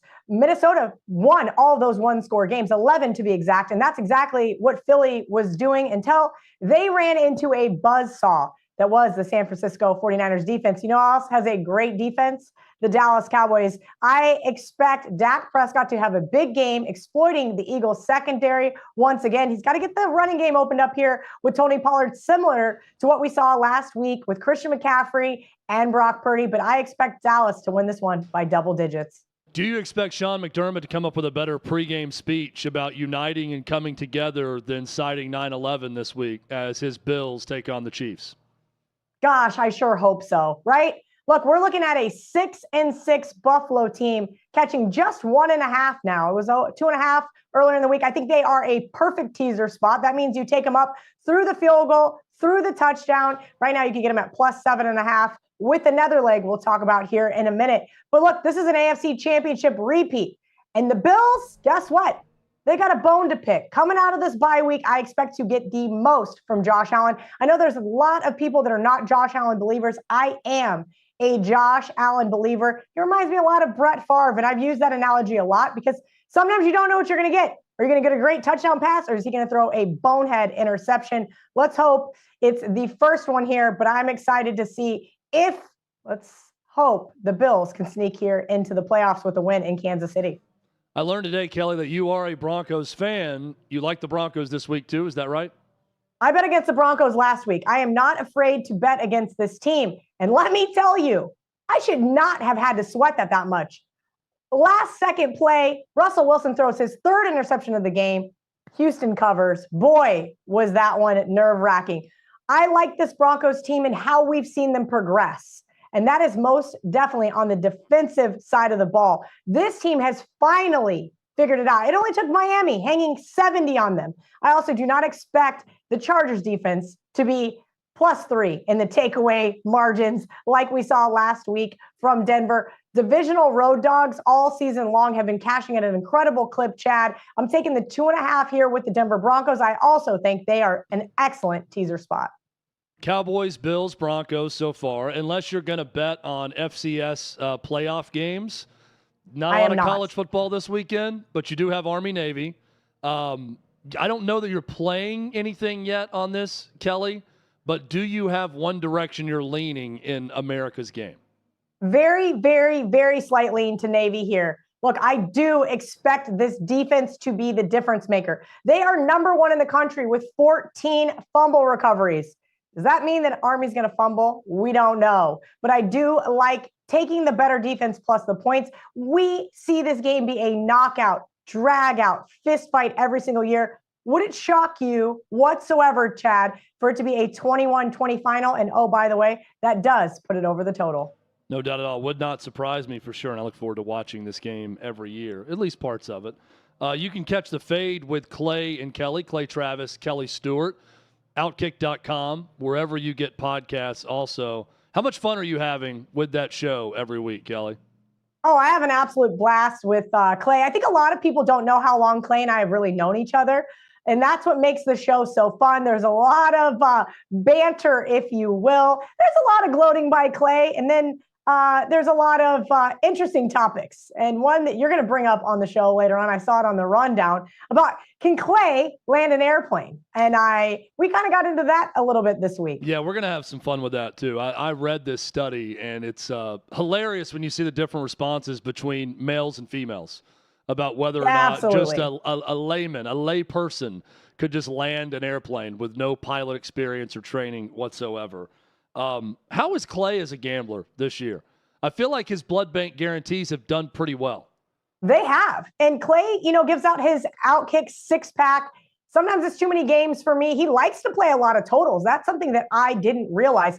And I don't think that there's a massive handicap that goes into him. Clay watches a ton of football. And he's one of those guys that if a team passes the eye test for him, he's going to go right back to the well with that team or with that total, right? With those Iowa unders. You and Hutton asked me about every single week. Clay was on him. I was too stubborn. I said, I've already missed the boat, and it cost me some money. Yeah, I'm a fan of the show, so I've noticed he has been doing better than usual, but wanted to get your expert analysis on that. As a sports betting analyst, I've always wanted to ask you this also. Do you miss living in Vegas? Do you feel detached when you're not there? Or because of online sports gambling now being legalized so many other places, you feel like you could be a lot of different spots and be the same? I'm going to try to not make this a completely long-winded answer, but I mentioned how long I've known Clay. It's a 3-hour show, Kelly, as you said We got all the time in the world. Please, yeah, talk as long as you want. So when I met Clay in 2015 was the first time I was ever on television. It was a wonderful time. We were at this casino in Las Vegas, myself, him, Todd Furman, and Andy Roddick. There we are for March Madness. At the time, being one of the only women in the space that could talk gambling. So then Fox said, hey, why don't you come to our LA studios? I said, okay. And they said, hey, is there any way that like we could get you out here? And I'm going, you guys, I'm not moving to LA. This was 2015. Nevada at the time was the only legalized state. And I said, you would be too far out and too far away from everything that I need, right?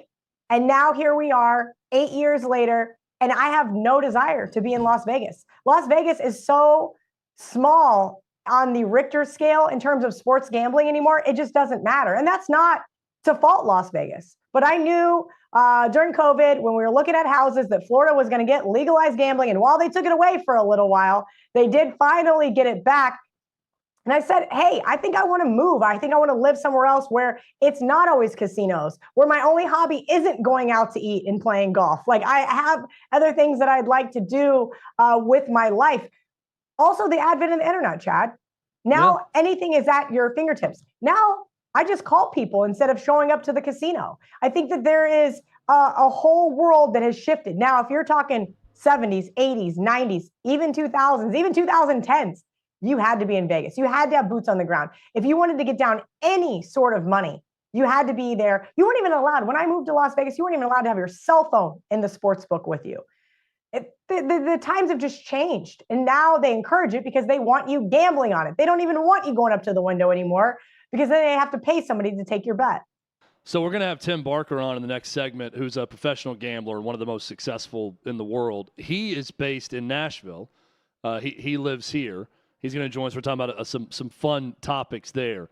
So I am also curious about this, Kelly. If you are an actor, you have to live in either L.A. or New York, right? Or London, let's say. You're going to be in one of the scenes there. There's not a lot of activity where you're going to be a noted celebrity or get a ton of work unless you're in one of those cities. What is the second city for sports gambling if Vegas is number one? And does that exist? An area, a place, anywhere else? Or is it just simply someone like you who lived in Vegas for years, you kind of get scattered to the wind, you can go anywhere, and it doesn't matter. There is no second city. I will say this. When New Jersey came on board, which was the second state after PAPS was repealed, I knew a lot of people that moved from New York to New Jersey so that they didn't have to cross the bridge and make gas station bets every single day. But at this point in time, I don't think it matters. As long as you live in one of the 30 states that has legalized gambling, plus Washington, D.C., is there really a secondary city? I don't think so. I think Vegas still has its wonderful appeal, right? The Super Bowl is going to be there this year. They have wonderful golf courses. They have gorgeous sports books. They now even have sports book pools. It's a fun place to visit, but I don't think you need to live there anymore. How big are you into college basketball betting, especially early in the season? People are always trying to look for the sport. Again, these are questions I've always wanted to ask you, and now that Hutton's not here, I'm getting a chance to do it, so I'm going to fire away with all of my sports betting questions. But people are always trying to find the sport that maybe, while Vegas is great at what they do, maybe they're a bit off because they don't have enough data going into a season or early season that maybe you can take advantage of some lines. Is college basketball one of those sports for you? Absolutely. College basketball, you have over 300 teams.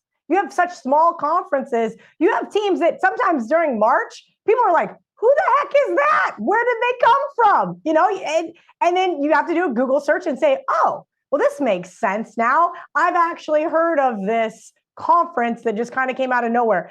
College basketball totals in particular are very, very sharp, Chad. And that's why bookmakers will limit you on those, especially the overnights, right? So it's Friday, 4:30 Eastern. Right now, starting to populate the Saturday games. If you open up the odds screen, you're starting to see them hit. Of course, the bigger games are going to come up first. And that's because the bookmakers spent the most time on them. But those games we call on the extra board will not be out till tomorrow morning, probably about 2 hours before tip, unfortunately, because those are the ones that they spent the least amount of time on. It's really tough because you also have NBA right now. You have soccer going on across the pond. You have NHL. You still have college football bowls to do. You still have NFL and playoffs. There is a lot going on in November and December. So yes, I would say that is the time to beat college basketball.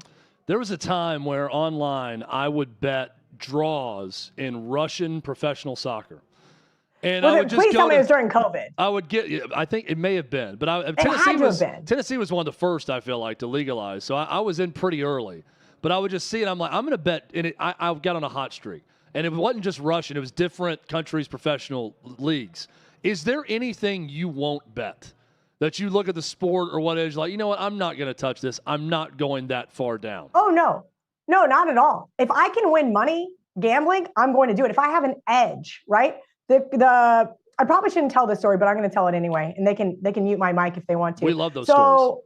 Yes. So one of the coolest bets I ever hit, I was working at a golf course that just so happened to be owned by Billy Walters. Let's call it 2012, 2013. I don't remember exactly when it was. And I was a female golf caddy.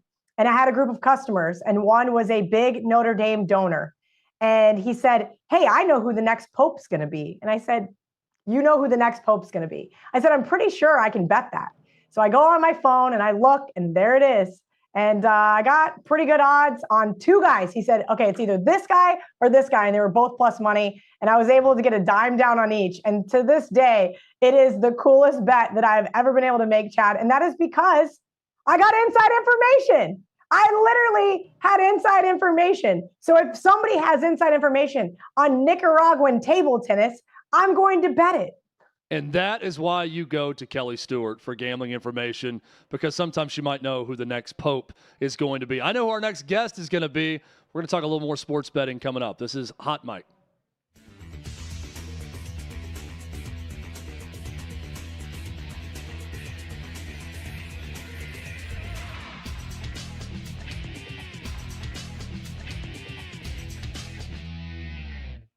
Hey, here's a feel-good story. You ready? And this needs to be talked about more. You know, lost in all of the, hey, man, inspire change, Whitey's bad of the NFL. There are folks in the NFL that are, well, great dudes. The Carolina Panthers have a player named Hayden Hurst. Hayden Hurst is doing something that everybody in sports should do. Yeah, I know everybody in sports should try to be a rapper. Yeah, I know, like Von Miller, everyone in sports should get their side piece to not frickin' talk about your indiscretions. Yeah, I know everybody in the NFL as a wide receiver has to act like a damn idiot. I get all that. I do, I swear. But Hayden Hurst, he ain't like that. Hayden Hurst is trying to shed light on veterans with suicide and suicide prevention. That's a good thing. No, it's a really good thing. Suicide's a major issue, and it's only going to get worse. I'm going to tell you right now, this is a separate issue, but lack of parenting. Do whatever you want leads to suicide. People want direction. People want purpose. People want guardrails. People don't want to be left free. They get depressed. They get depressed if you don't have anybody giving you direction. And that's the society of parents that we're living in. Suicide rates among teenagers are at an all-time high, and I hate to say this, but they're only going to go higher. I don't know if we're allowed to say that, but that's what's going to happen. When you have a lack of parenting, when you let kids run free, drugs, alcohol, whatever they want in our current society are actually sometimes made available by idiot parents. I had a friend who let his kid drink in my house, and I'm like, you're an idiot.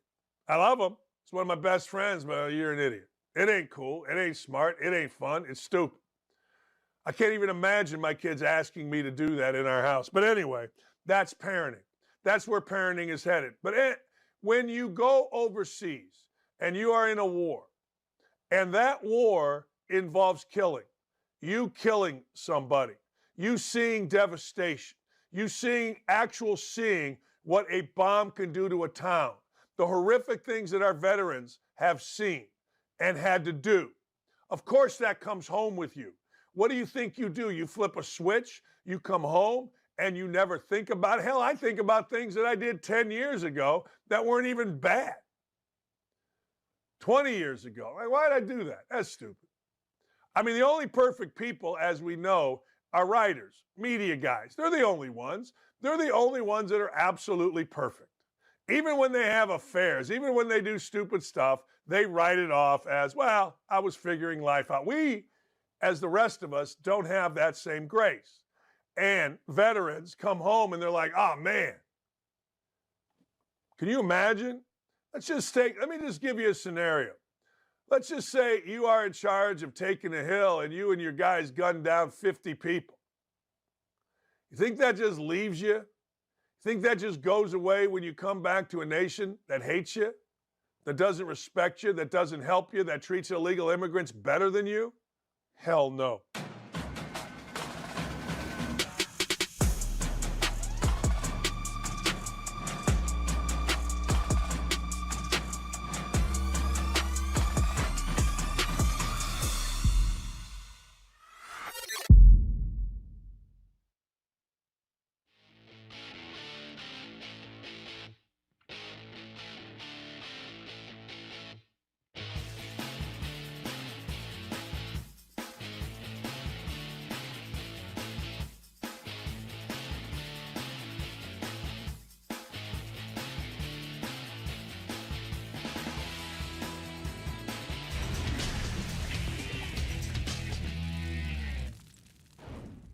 We're back on Hot Mic as part of the OutKick Network. I'm Chad Withrow, live from our 6th and Peabody Studios, downtown Nashville. Old Smoky Moonshine and Yeehaw Beer. Kelly Stewart, Kelly in Vegas, co-hosting the show, all 3 hours of them today.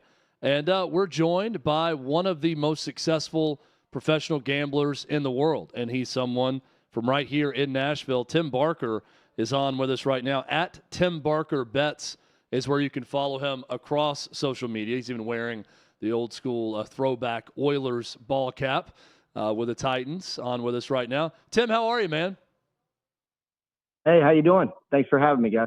Absolutely. So, Kelly, I'm going to let you kind of kick this off, or at least describe the video you made for OutKick in response to, I think it was a CNBC analyst who came on and claimed that men were too busy betting on sports and betting on parlays and are no longer interested in sex, and that's somehow going to change the housing market because no one's having kids anymore. Is that what you were responding to?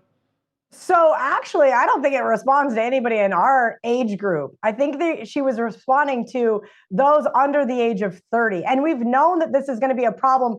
And I think they're trying to use sports gambling as a scapegoat. I think there's a lot of reasons why not only do these kids, if you will, have low testosterone, but they also play too many video games. They also probably smoke too much pot. There's a lot going on to it. But Tim, I wanted to ask your question. This is kind of, like I said, a targeted thought process from this woman that somehow sports gambling is to blame for guys not having a sex drive.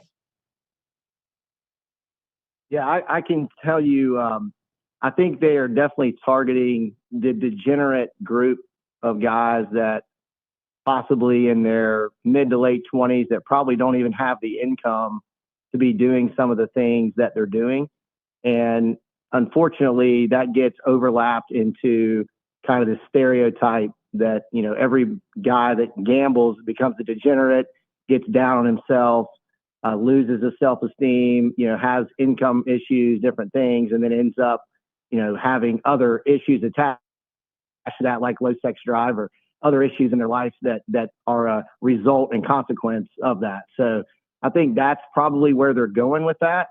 I think, you know, to be fair, you have to do everything in moderation, and you have to set aside and be smart with the money that you have, just like you would with any other outlet that you have. To me, it's no different than back in the mid to late 2000s when they came out with Scottrade, E-Trade, and it was the big thing, the day trade, right? And I think that is, to me, with all these states now adopting all of the abilities to have the apps live every day, and all of these males or females, for that matter, on the apps gambling every day. To me, it's the same process. Yeah. Sorry, Chad, go ahead. Yeah, no, I was going to say, I mean, broke people hook up also. So I don't know if it's just a money issue or is it some sort of substitution? Like, does winning in gambling or gambling itself feel that way for young people? Look, I can't associate or identify with people way younger than me a lot of times. I'm just having a hard time following the thought bubble with this analyst and what she's trying to say. Yeah, I can tell you it's never affected anything on my side in that realm. I won't get too personal with it, but I'll just say we're all good there. And, I think win or lose, if anything, I think maybe a part of it could go toward the attention or, maybe you're spending so much time dedicated to an all-day Saturday of watching games or all-day Sunday. During college and NFL season, yes, there's a lot of time spent to that.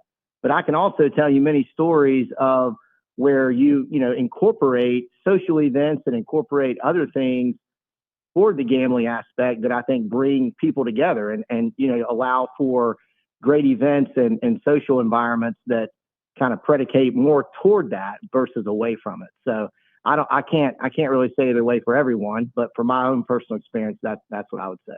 But again, I think because we have that social aspect to our lives, I don't think these young men and maybe even young women of that generation do. I have a lot of friends who have younger siblings who tell me that these kids don't go out to bars. They don't go out to meet people unless it's on here. And that's kind of the other caveat with this whole thing. Now that gambling isn't, we have to go to a casino with cash in hand to place a wager. You just attach your credit card to a gambling app. It does make it easier, but I think it's just another way for them to disconnect even further from society. And I think blaming sports gambling seems like a very easy cop-out here because in reality, I agree with Tim. I think it brings people together. I can't tell you how many gambling friends I've made in the industry all of my best friends have literally come from gambling. I know that sounds like a funny thing to say, or media, if you will, and then have turned to gambling. But I do find it being more of a generational problem. And being the lone woman on here, I think I can say this. I think porn is probably part of the distraction issue because, Chad, you mentioned the dopamine receptors. It's the same thing. You win a game, you have sex, you do things of that kind of nature. It elicits the same response in a male's brain. Yeah, and it's also it's fascinating to me because and Tim, you can speak to this also. The idea that sports betting is like this corrosive element of our society, right? And that it's going to, and I think what the analysis was, not only are they not, young people aren't having sex because of it, but they're not buying homes. There's not as many families out there. They're not having kids, and it's going to affect the housing market. And people just rent now because they're gambling on sports all the time. The benefit of online sports gambling that we've seen, the different things that maybe it generates within our economy versus the, as you said, Tim, like the degenerate element of it. What's the ratio to that in terms of positive versus negative impact? I think it's all probably based around a number of things. First, I would say in general, income.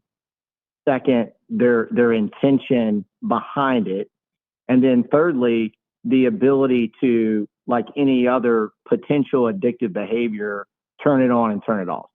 And I think if you're looking at it, if you take that piece by piece, you've got to set aside the funds just as you would anything else, right? If you're addicted to watching movies and you go to the movie theater 3 times a weekend, that's your entertainment.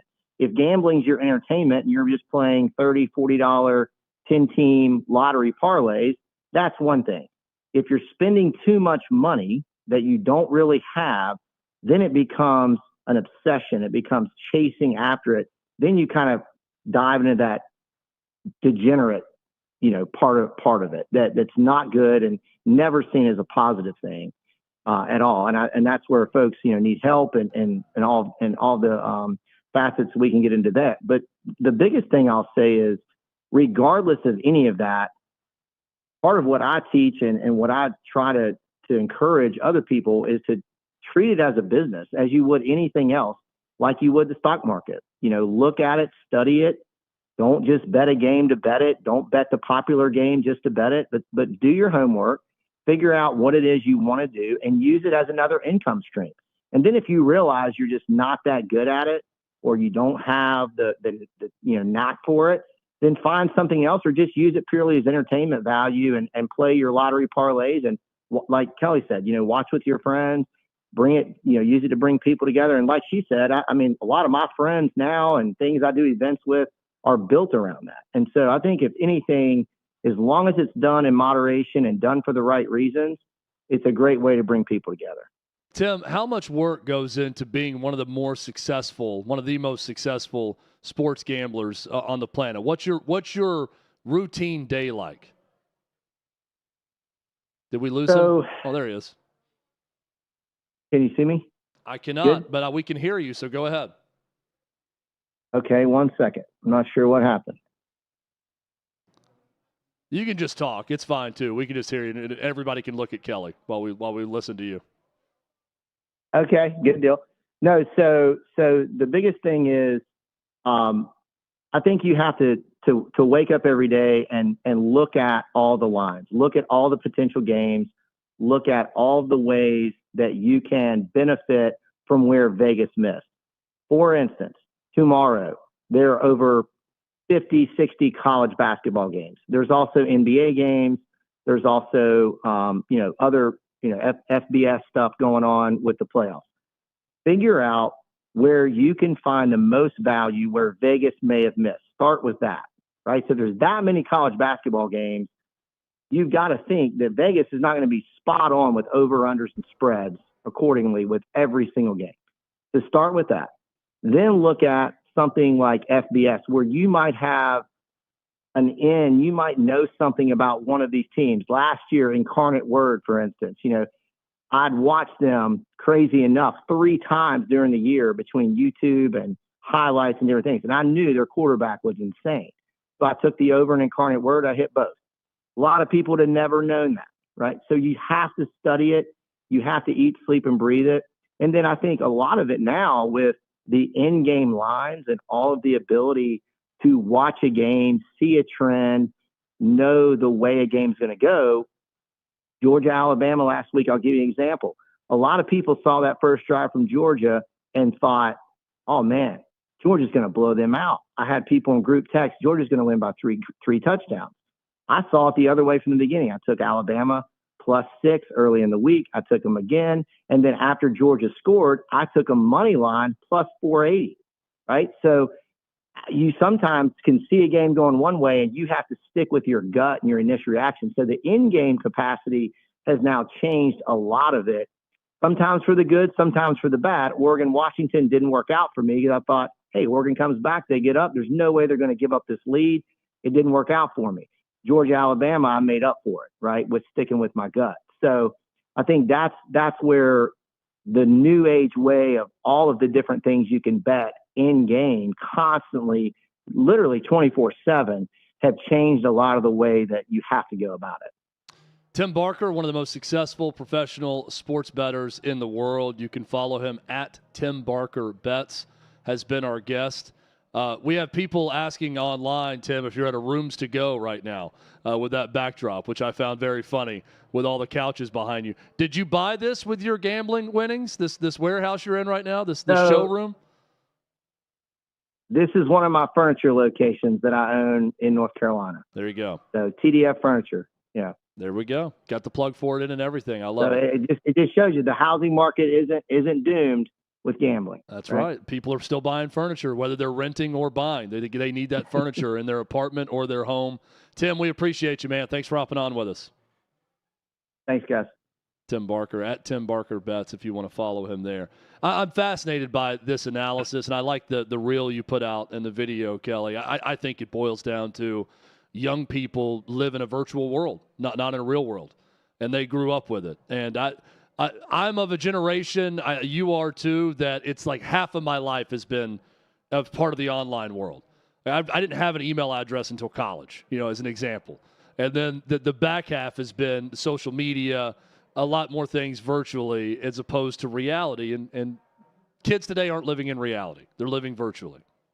Yeah, it's very sad. I am of the same as these kids that are not getting married and having children, but I will be on the opposite effect when all of the people that she mentioned either decide to sell or retire, move elsewhere. I will be contributing by buying houses because I think they're a great investment long term and perfect for your retirement portfolio. I don't understand it.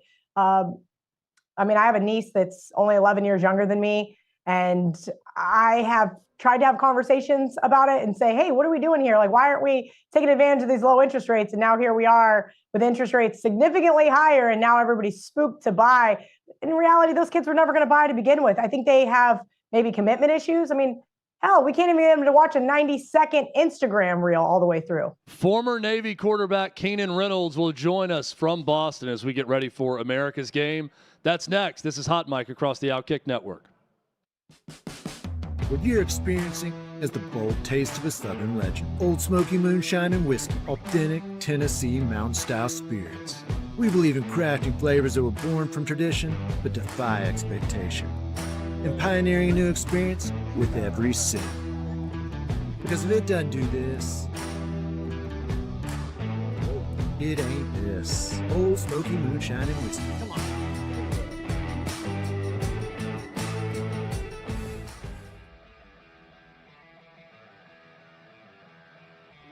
Welcome into OutKick the show. I am Clay Travis, your fearless leader. I am going to continue to argue that sports is one of the great unifying forces in all of American life.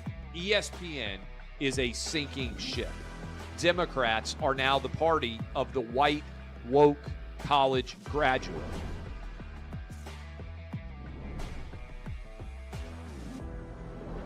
We live in a land of participation trophies.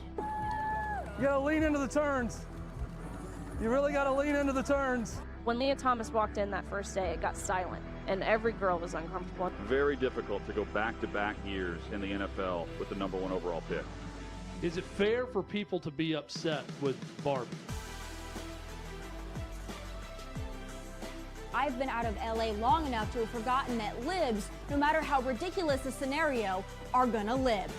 Another week of inflation, another week with Biden with COVID, and another set of losers to crown. People don't watch the WNBA on TV, in person, on a plane, on a train, on a bus, or on purpose. I mean, what have you seen firsthand of how this has affected you in the plant and your fellow employees? Under Joe Biden, the Taliban has retaken Afghanistan. Putin has invaded Ukraine. So if there was ever a time for freaking aliens to inhabit and conquer Earth, now would be that time. We've seen coaches throw water bottles. We've seen coaches act like idiots. We've seen coaches slap other coaches. But I think if you're involved in carjacking, you're inherently a rotten human being. The level of stupid that sometimes gets on our YouTube chat just gives me a headache. You're born a male, play with males. You're born a female, play with females. Don't at me about it. The American people are being cheated. We, ladies and gentlemen, are being cheated. I made the call to end the Me Too movement. And today I'm going to continue making that case. That's just a way to further taunt these women, to make them feel less than, to make them realize that this has just become a big joke. Deion Sanders is the Donald Trump of football. We were directly impacted by the whole Leah Thomas thing, and we were able to see you guys on the ground with your signs supporting. That was huge. They were saying, oh, it's only 1 or 2. That's rubbish, and we all know that's rubbish. Once those trans-identifying males were able to succeed, it just encouraged others.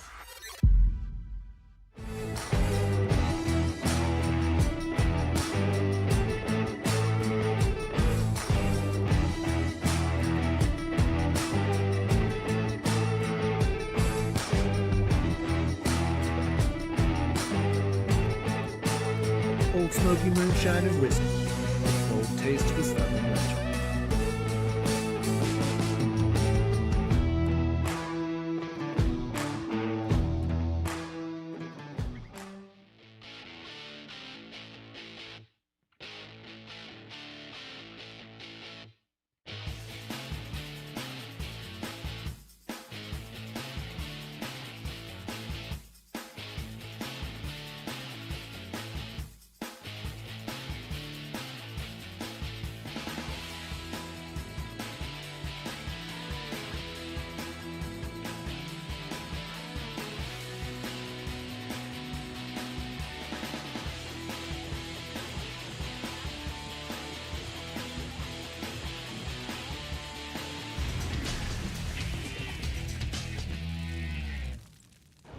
We're back. It's Hot Mike on a Friday. Let's get excited, everybody.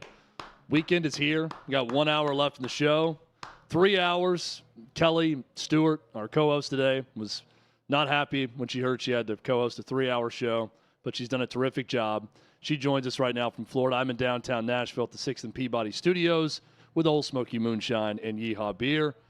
Kelly, Heisman Trophy this weekend. By the way, we're going to be joined by Keenan Reynolds, former Navy quarterback, one of only 4 players ever to have their number retired by the Naval Academy. Keenan Reynolds will join us soon to talk about America's game. Looking forward to reconnecting with an old buddy of mine as well. That's coming up. Heisman Trophy this weekend, Kelly. It certainly seems like it is Jayden Daniels' trophy to lose. Do you see it that way? Yeah, unfortunately, from a betting perspective, that's what I look at. I look at the numbers, I look at the odds, and we saw during the middle of that game on Friday night, Bo Nix just falling off a cliff, for lack of better words. I think this is always tough, right? We have an award that is voted upon, and it's not always the most deserving who wins it. I will say, sure looks like Daniels is the most deserving this year. Even though his team did not make the college football playoff, he is by far one of the most valuable players to his program. So I would have to agree with bookmakers making him the favorite here. I just can't see a world where Bo Nix comes in here and is able to redeem himself after that Friday night performance. You know, it is it's an insane statistical year for Jayden Daniels. So, and I'm not saying that he's not worthy. I always look at it as most years you see it's the best player on the best team that wins it. A lot of years that happens. And I get tired of that happening year after year, and you want to see a different story that happens. But I find myself this year wanting the winner to be the best player on the best team in this mix. And that is the team that's in the college football playoff in Washington and Michael Penix Jr. I also think the story of Washington is the best story. And we know, Kelly, that when we're looking at Heisman trophies or things that are subjective, voted on by people, in this case, over 1,000 people have a Heisman vote, oftentimes you're looking for the story. I love this Washington story, and I love Penix Jr. as a player. I hope he wins. It would be a complete stunner if he does, though. Oh, it absolutely will. And look, I lobbied for him very early on in the season. The problem is that they want a team that is like an Oregon with Bo Nix. They want that flashy team. They want to see teams blowing people out. And down the stretch, Washington didn't do that. And that's why they were such a large underdog in the Pac-12 championship game. It is unfortunate. I, too, would like to see Michael Penix Jr. actually in the mix. Unfortunately, he's going to be standing there on the outside looking in. And that is not fair. But I would agree with you. The storylines have to come to play. I know I made a lot of Kansas State references on this program today, but even when Colin Klein, I thought, should have won the Heisman that year, unfortunately lost that game as 13.5-point favorites to Baylor. And all of a sudden, Johnny Manziel gets the Heisman. Was he most deserving? Well, in hindsight, we're going to go ahead and say no. But was he one of the most electric players that year in college football? Absolutely. Old Johnny football. This is a college football playoff field with those 4 teams that it really is. It could be any of those teams' championship to be had this year. And we say that sometimes, but I don't know that we really mean it. I mean it with these 4 teams, starting with Alabama as the 4 seed, that may be hotter than anyone else in the country. This is tough for me. This is an Alabama team that you and I have spoken about on this program all season long, Chad. And that is because they haven't lived up to the hype. Now, did they turn a corner at a certain point in time? Yes, absolutely. Only to falter down the stretch.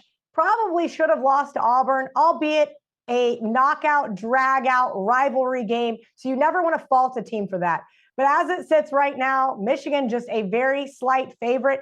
If it flips and Michigan's an underdog, I think I'm going to have no choice but to be on the Wolverines here. This defense is rock solid. I'm not impressed with all of the rumors swirling out of Ann Arbor. As a college football fan, you never want to hear things like that. But I will say, I think Michigan is the better team here. So, I haven't had a chance to ask you about this, but when you see everything going on around Michigan, for me personally, I'm kind of impressed that they've continued to just rock and roll and mostly beat teams badly through all of this. It's clear that in the coaching communities and in football, people are really angry about it, and they don't think it's something that's normal that went on with Connor Stallions and this whole scheme.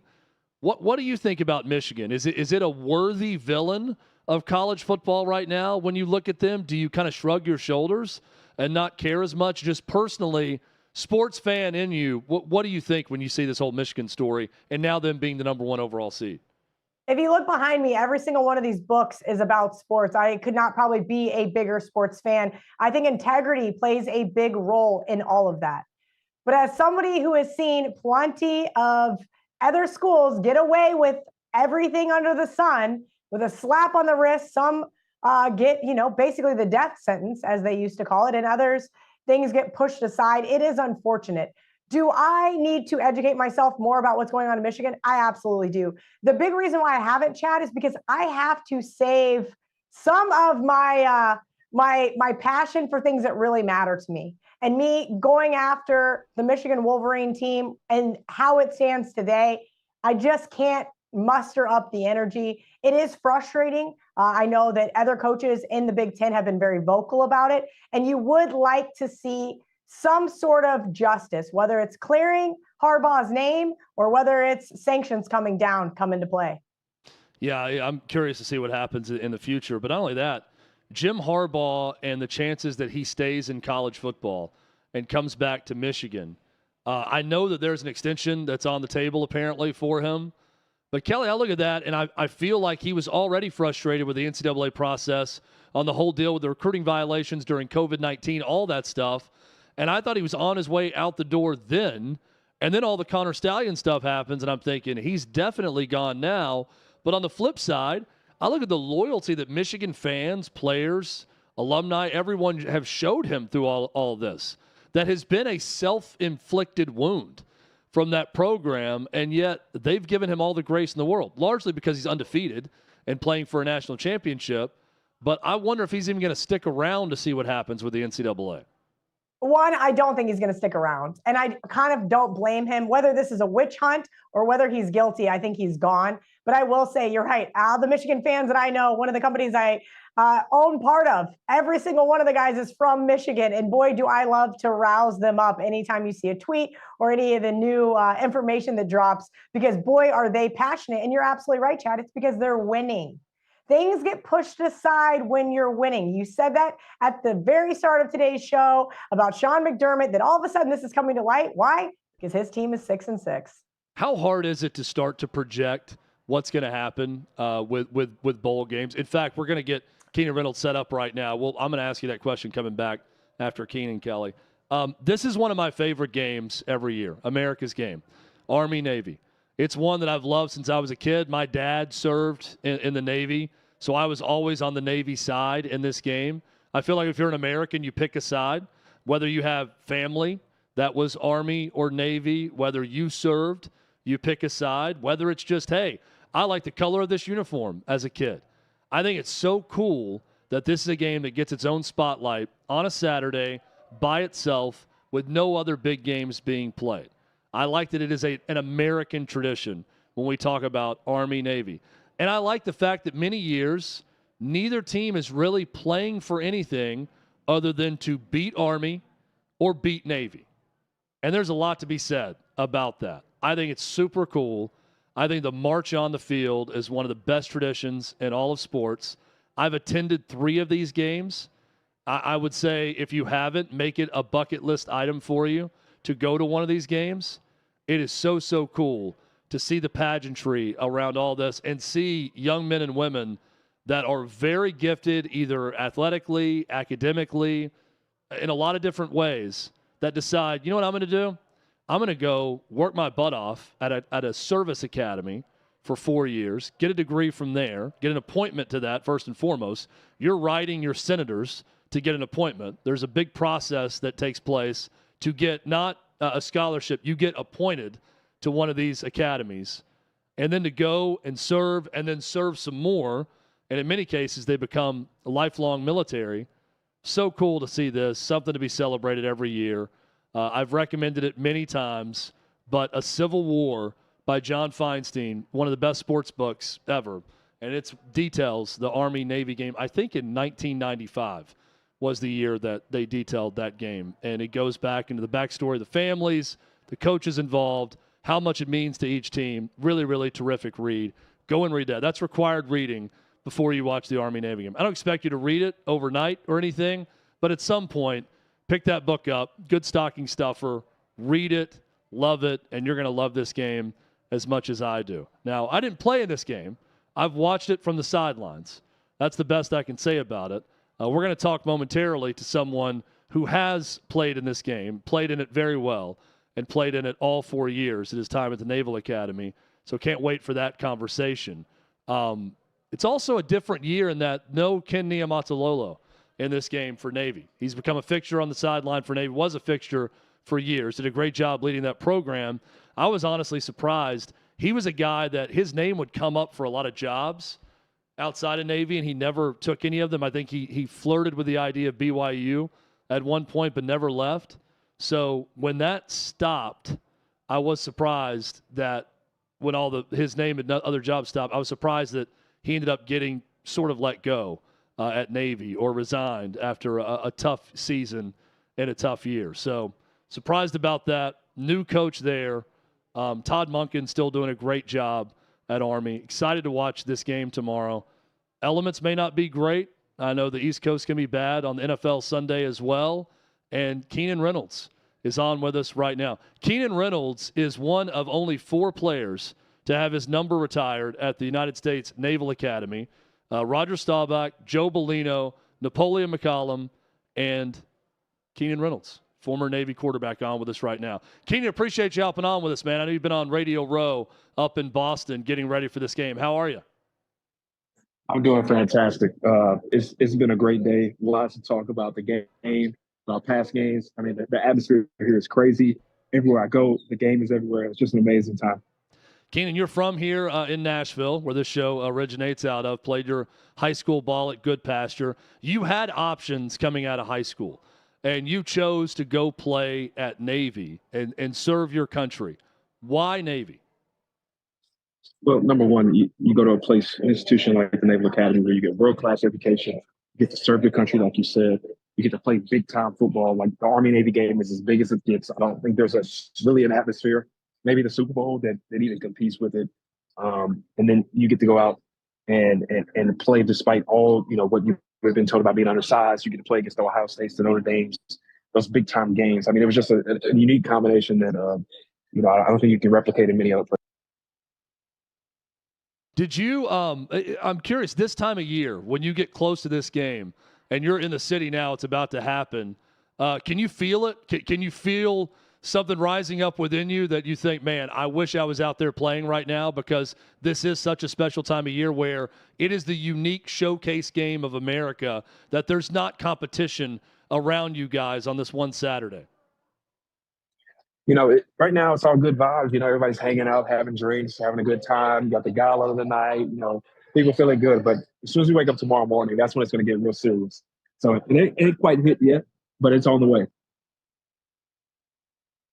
Well, Keenan, we appreciate you, man. I know it's been a busy day for you up there running around on Radio Row. Before I let you go, though, I got to ask you, I got a feeling I know who you're going to pick in the game tomorrow. But what happens when Navy meets Army on the field tomorrow afternoon? It's going to be a dogfight. It's going to be tough. It's going to be hard fought. It's going to come down to 1 or 2 plays. Every single year, you can look back, besides the blowouts, it's always 1 or 2 critical plays that changes the whole trajectory of the game for either team. So last year for us, it was a fumble on a goal line.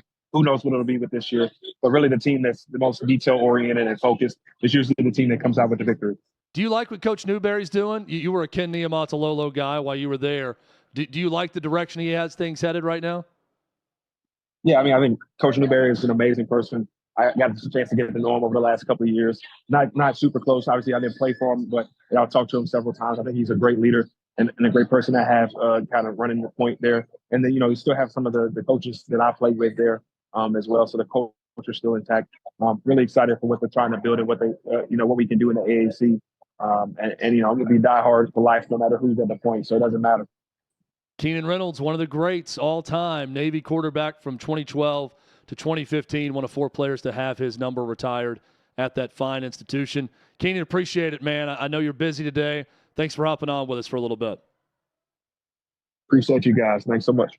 That's Keenan Reynolds. Kelly, have you ever had the chance to attend an Army-Navy game? Yeah, I got to attend one of the best Army-Navy games we've seen in the last couple of decades. That was last year in Philadelphia, and it was wonderful. I had a good friend that was an Army graduate, so he was able to get me on the sidelines and got to meet some of the coaches, some of the players. It was honestly a wonderful experience. You know, you talk about going to games, right? And I was just there in Tennessee and went to a Titans game, and the flyover was awesome. Go to a flyover at an Army-Navy game and talk about getting pumped up for a football game. It was absolutely electric. I know this year in Foxborough is going to be awesome. And even Robert Kraft said, this is a hotter ticket in Foxborough than Taylor Swift was. It's crazy. I mean, it's up there with the SEC championship game, Georgia, Alabama, for the minimum price for a ticket to get in to watch this thing. And you're right. It is a flying armada before the game with all the firepower they have in the sky for the flyover for this game. Really, really cool. Big thanks to Keenan Reynolds for joining us. It's time for a shot of adrenaline. And when we need that, we go to the gun show. Mike Gunzelman, I saw him hovering around here. He was pounding on the glass of the studio trying to get in 20 minutes early. If that weird look that you saw me give the door, that's what it was for. He's ready. He's about to knock the door in. Mike Gunzelman, Gun Show coming up next. This is Hot Mike on the OutKick Network.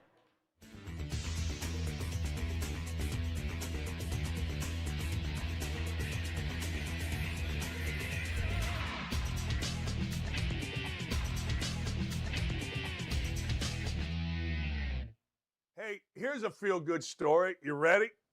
And this needs to be talked about more. You know, lost in all of the, hey, man, inspire change, Whitey's bad of the NFL. There are folks in the NFL that are, well, great dudes. The Carolina Panthers have a player named Hayden Hurst. Hayden Hurst is doing something that everybody in sports should do. Yeah, I know everybody in sports should try to be a rapper. Yeah, I know, like Von Miller, everyone in sports should get their side piece to not frickin' talk about your indiscretions. Yeah, I know everybody in the NFL as a wide receiver has to act like a damn idiot. I get all that. I do, I swear. But Hayden Hurst, he ain't like that. Hayden Hurst is trying to shed light on veterans with suicide and suicide prevention. That's a good thing. No, it's a really good thing. Suicide's a major issue, and it's only going to get worse. I'm going to tell you right now, this is a separate issue, but lack of parenting. Do whatever you want leads to suicide. People want direction. People want purpose. People want guardrails. People don't want to be left free. They get depressed. They get depressed if you don't have anybody giving you direction. And that's the society of parents that we're living in. Suicide rates among teenagers are at an all-time high, and I hate to say this, but they're only going to go higher. I don't know if we're allowed to say that, but that's what's going to happen. When you have a lack of parenting, when you let kids run free, drugs, alcohol, whatever they want in our current society are actually sometimes made available by idiot parents. I had a friend who let his kid drink in my house, and I'm like, you're an idiot. I love him. It's one of my best friends, but you're an idiot. It ain't cool. It ain't smart. It ain't fun. It's stupid. I can't even imagine my kids asking me to do that in our house. But anyway, that's parenting. That's where parenting is headed. But when you go overseas and you are in a war, and that war involves killing, you killing somebody, you seeing devastation, you seeing what a bomb can do to a town, the horrific things that our veterans have seen and had to do. Of course, that comes home with you. What do you think you do? You flip a switch, you come home, and you never think about it. Hell, I think about things that I did 10 years ago that weren't even bad. 20 years ago. Like, why did I do that? That's stupid. I mean, the only perfect people, as we know, are writers, media guys. They're the only ones. They're the only ones that are absolutely perfect. Even when they have affairs, even when they do stupid stuff, they write it off as, well, I was figuring life out. We, as the rest of us, don't have that same grace.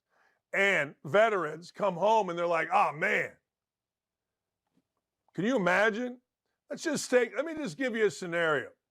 Let's just say you are in charge of taking a hill and you and your guys gunned down 50 people. You think that just leaves you? You think that just goes away when you come back to a nation that hates you, that doesn't respect you, that doesn't help you, that treats illegal immigrants better than you? Hell no.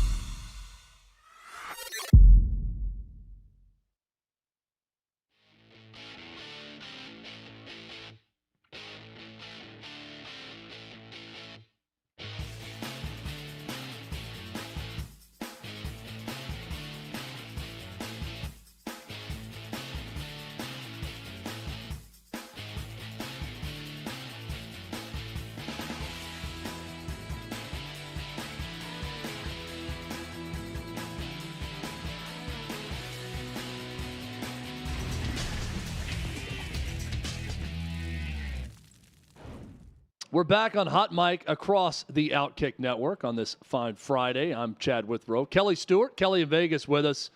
I'm in Nashville. She's in Florida. Mike Gunzelman, Gun Show. He's here in Nashville. Let's go. He's in studio right now at Old Smoky and Yeehaw 6th and Peabody. Rocking. Guns, how are you, man? Let's go on a Friday. Kelly in Vegas, what's up? How are you?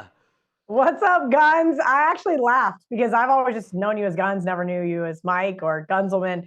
And I had to laugh this today when I got the rundown. I go, wait, that's his last name? Is that where we got Guns Blew from? up my spot. Listen, don't tell anybody. Don't tell anybody. I never know the balance with both you guys of how to say when to say the full name versus the moniker. Kelly in Vegas. Yeah. Kelly Stewart. Guns. Gun Show. Yeah. And or Mike Gunzelman. So I kind of say both each time, I guess is Kelly, the way to go. I think, Kelly, you have to be Kelly, middle name in, last name Vegas. I think that's how you got to roll from now on. Which do you guys prefer? Just Kelly in Vegas or Kelly Stewart? Just Gun Show? Mike Gunzelman? Which do you prefer? If somebody calls me Mike or by my first name, I think I'm in trouble or it's my mom yelling at me. I've never referred to you as Mike. Yeah, I've never said Mike around you. If somebody says it out loud, I honestly don't even turn around because I don't think they're talking to me. So it's always got to be Guns. I'm Uncle Guns to my nieces. They're 8 and 10 years old. They call me Uncle Guns. Like, come on now, I'm Guns. Kelly, do you have a Love preference? that. I don't have a preference. I think it's all depending on how formal you want to be. I mean, my name's Kelly Stewart. I've never had like some fake stage name like a lot of people think or people in the industry do. But you didn't I change think your name to In Vegas? That's not your last name now? You mean? I thought that was your No, full but I name. also didn't just pick a boring Irish name in Stewart either. It was was born this way. So I think Kelly in Vegas is more of a fun, more of a casual nickname. I mean, all my friends call me KIV. So it's just really stuck at this point. So, Guns, you're all about the fans. You're fan first and everything. You're fan-friendly, man of the people. Yes. You're out there glad-handing patrons out at 6th and Peabody right now. Yeah, I saw you out there leading moonshine shots and tastings out there. You were going through the whole holiday selection. Totally, doing the whole thing. Yeah, taking one for the team, you know? Yeah. There are some politicians now that are trying to be fan first when it comes to ticket prices. Yeah. What can you tell us about this story? So this is actually interesting, and this is probably the one thing that I actually do agree with politicians on. It was funny. This all happened with Taylor Swift and obviously the Ticketmaster debacle, and pretty much she single-handedly waged war with Ticketmaster. And the one issue that both Democrats and Republicans could agree on was that we have to stop ticket scalpers. And I'm all about that. So finally, our tax dollars are going to are doing the Lord's work, if you would. There's a brand new proposal. I think it actually has some legs to it. Something's got to be done. We've all been doing it, whether it's sports, whether it's going to concerts. It's impossible to get a concert ticket these days. And if you are, you're dropping way too much money, and it's a scam, and there's a lot of things going on behind the scenes. And this new proposal that's actually getting a lot of legs, and I think some sort of version of this bill is going to come through is they are going to go after Ticketmaster and also these secondary sites. And the big thing, don't worry about all the little things here and there. The one thing that they're going to add, they're not going to get rid of scalpers. You're never going to be able to do that. Let's be honest, people, all right? They all pay off each other. That's a given. But the one thing they're going to do is you will not be able to claim that you have a ticket. These scalpers won't be able to say that they have a ticket unless they actually do have a ticket. Now, what do I mean by that? You can right now go, like a tour will be announced and pre-sale tickets won't even go on. This happened a couple weeks ago for Rolling Stones. You went there were already tickets being sold for $2,500 a pop, and they weren't even available yet. And what they do, and it happens in sporting events as well, is these scalpers have so much money behind them, and they have their bots and stuff, that they are artificially setting the price so high, knowing that because they have so much funding behind them, that they are going to recoup their cost when the tickets actually do go on sale. It's all sketchy behind the scenes. I don't want to break it down too much, but the bottom line is this is a win. Washington's finally doing something right. Chad, you know the deal. Kelly, you've been to things. It's impossible. You're screwing the average fan out there that just wants to enjoy the game and get drunk. No, we're fan-friendly. We're drunk-friendly also on this show. So we like both those things. We want people to have the ability to do both. Damn the man. Here's my question, because some of this stuff, especially with politicians, is posturing. Yeah. I don't think this is, but an example is, the Florida state legislator, we're going to review all of our options to sue the selection committee because Florida State got left out of the 14 playoff. When stuff like that happens, I laugh. Like, nothing's going to happen. Simmer down. You can't do anything. You're doing this to try to appease the Florida State fans in your state to look like you're doing something. But, Guns, you think that something can actually be accomplished by going after, let's say, a Ticketmaster with this, where they can actually take action that will help the fans? Yeah, I mean, it is a monopoly. We all know it's a monopoly. The thing is, I did a big breakdown on this. If you check out my articles at OutKick, like I went deep into this in the past year and a half since Taylor Swift kind of did it. And the lobbying power from these scalpers and Ticketmaster and Live Nation is ridiculous. The funding that they do for campaigns and the money behind the scenes is so sketch. And it is essentially a monopoly. So are they going to take down Ticketmaster? No, of course not. But are they going to do something that will actually help and benefit the people? I truly believe that they are. And also, don't forget, we're coming up to an election year next year. Yeah. Don't forget that as well.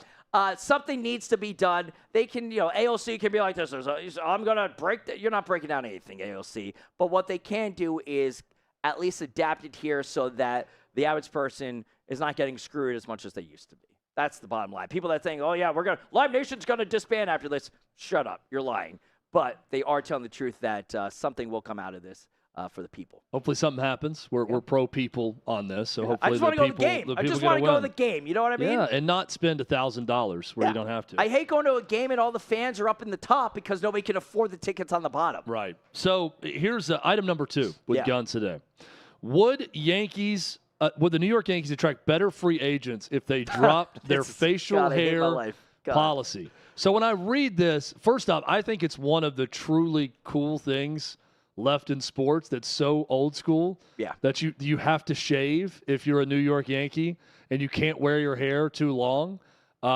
Again, I'm sounding old over and over today. I think it would be, as you put here, whack.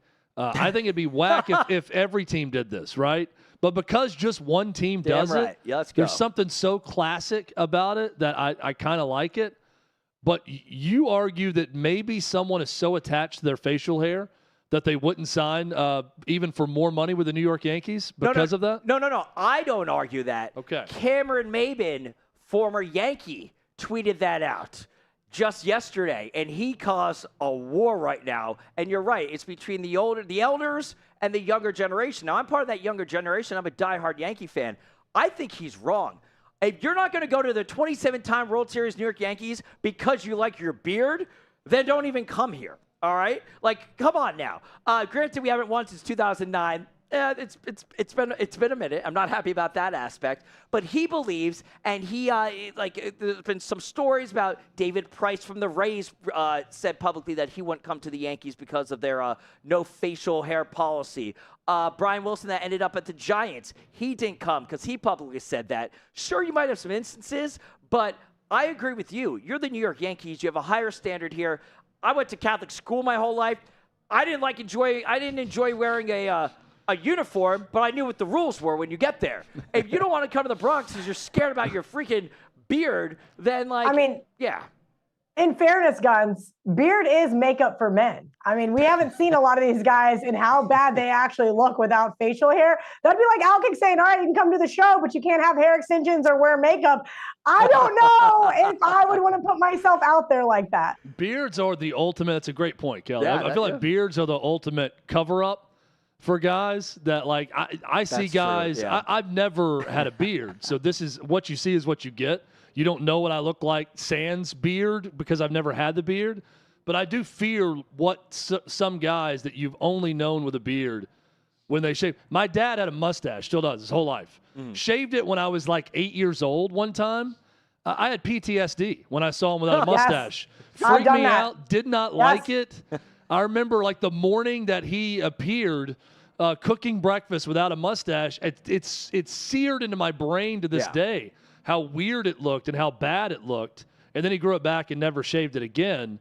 You're pro beard, though, Kelly, is what I'm hearing.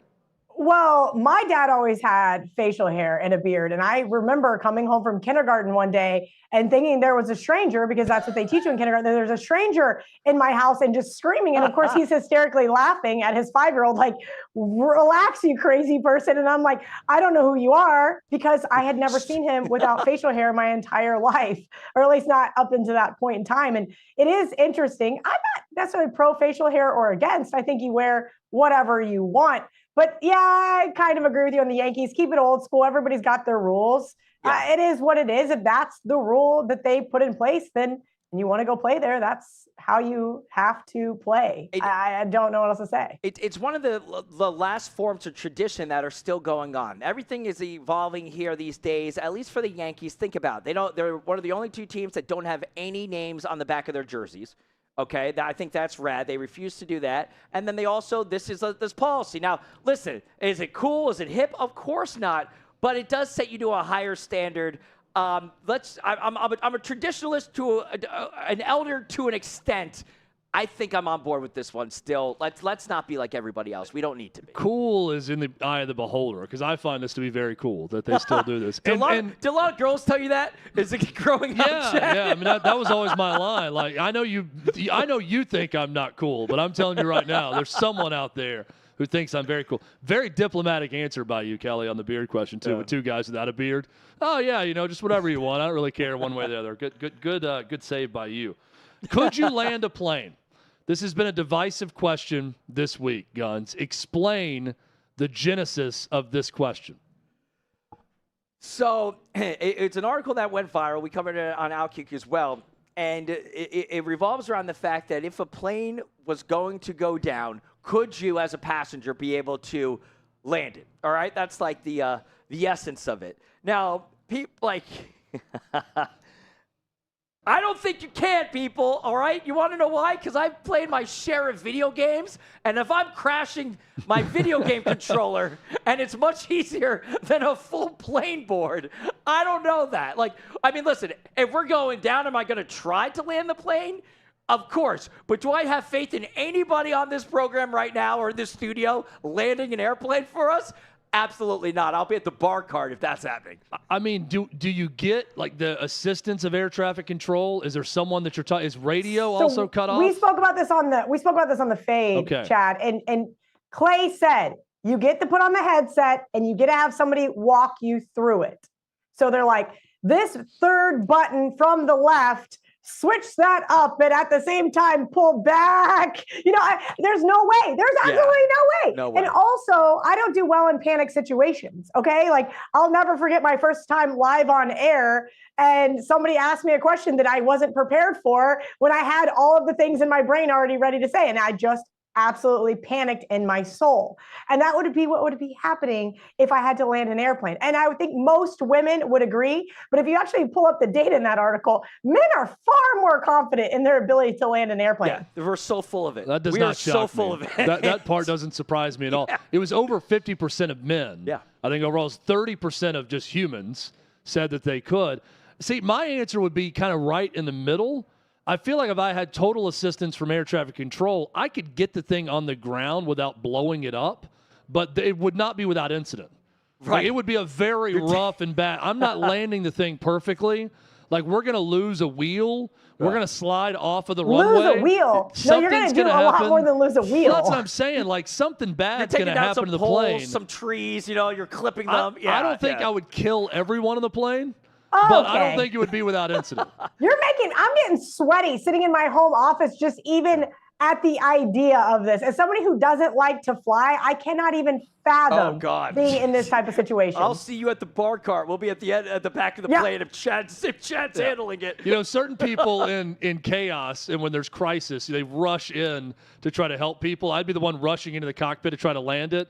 And Guns and Kelly would be rushing to the back to take all the airplane bottles out and just start chugging until they pass out. And then they don't know what happens. See, this is why I would feel so much more comfortable if they just let me use a parachute as my carry-on. I would feel so much better. Wow. I would just bail.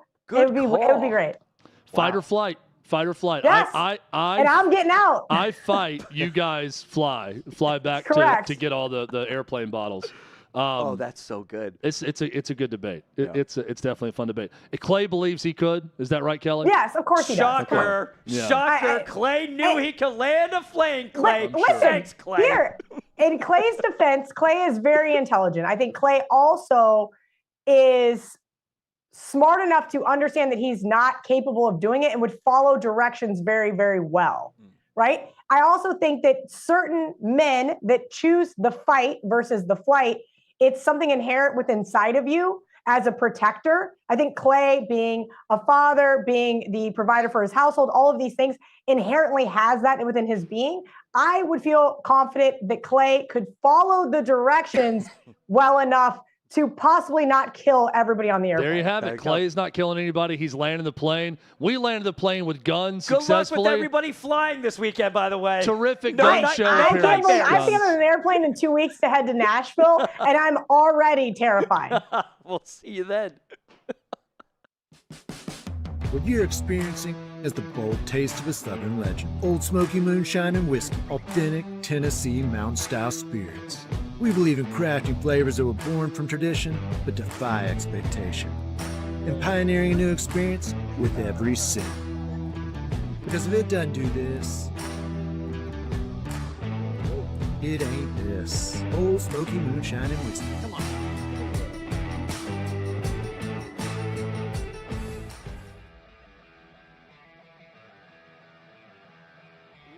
Welcome into OutKick the show. I am Clay Travis, your fearless leader. I am going to continue to argue that sports is one of the great unifying forces in all of American life. ESPN is a sinking ship. Democrats are now the party of the white, woke college graduate.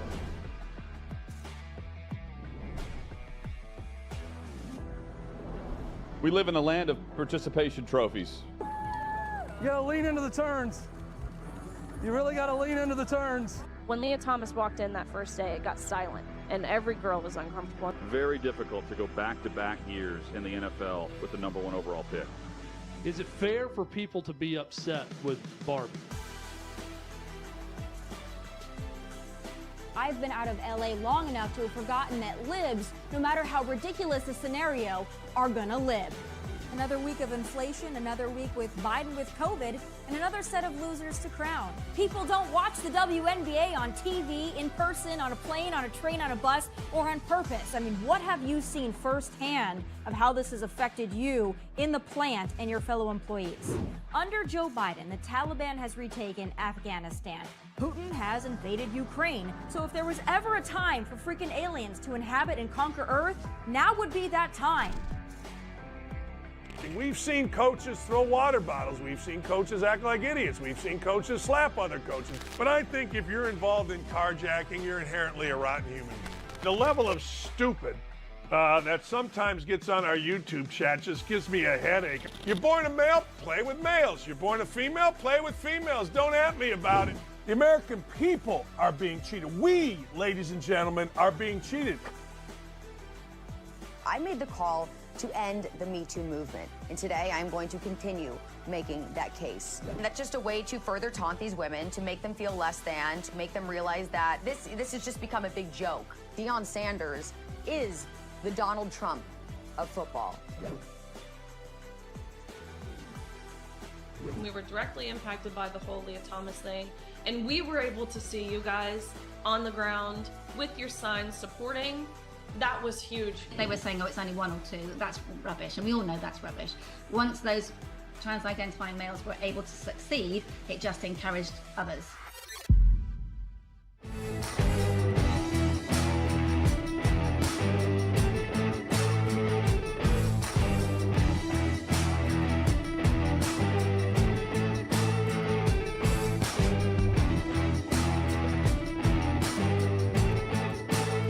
Old Smoky Moonshine and Whiskey. Bold taste of the Southern Legend.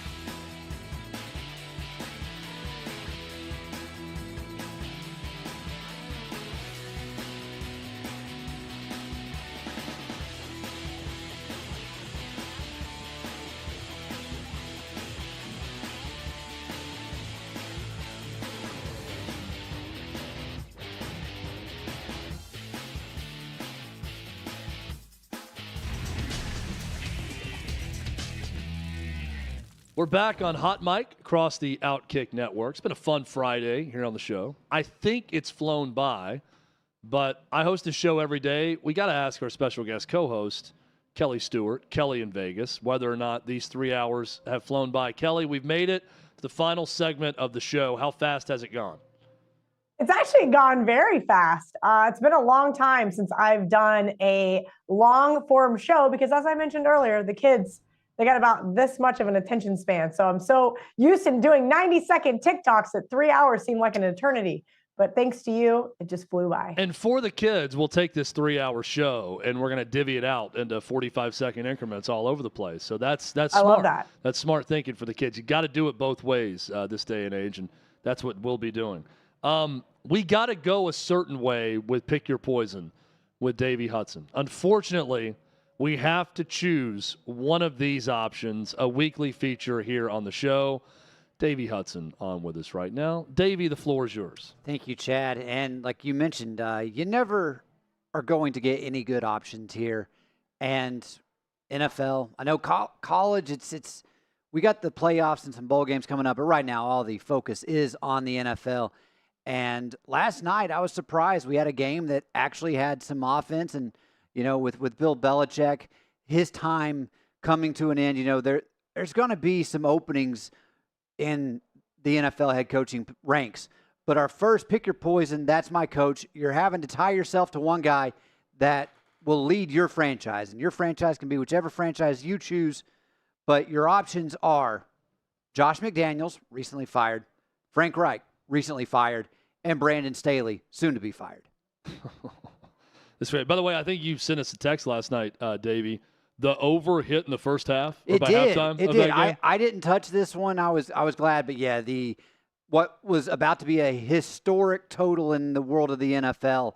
I'm not sure, Kelly, you would know. Did it close at 30 or did it get down to 29.5 last night?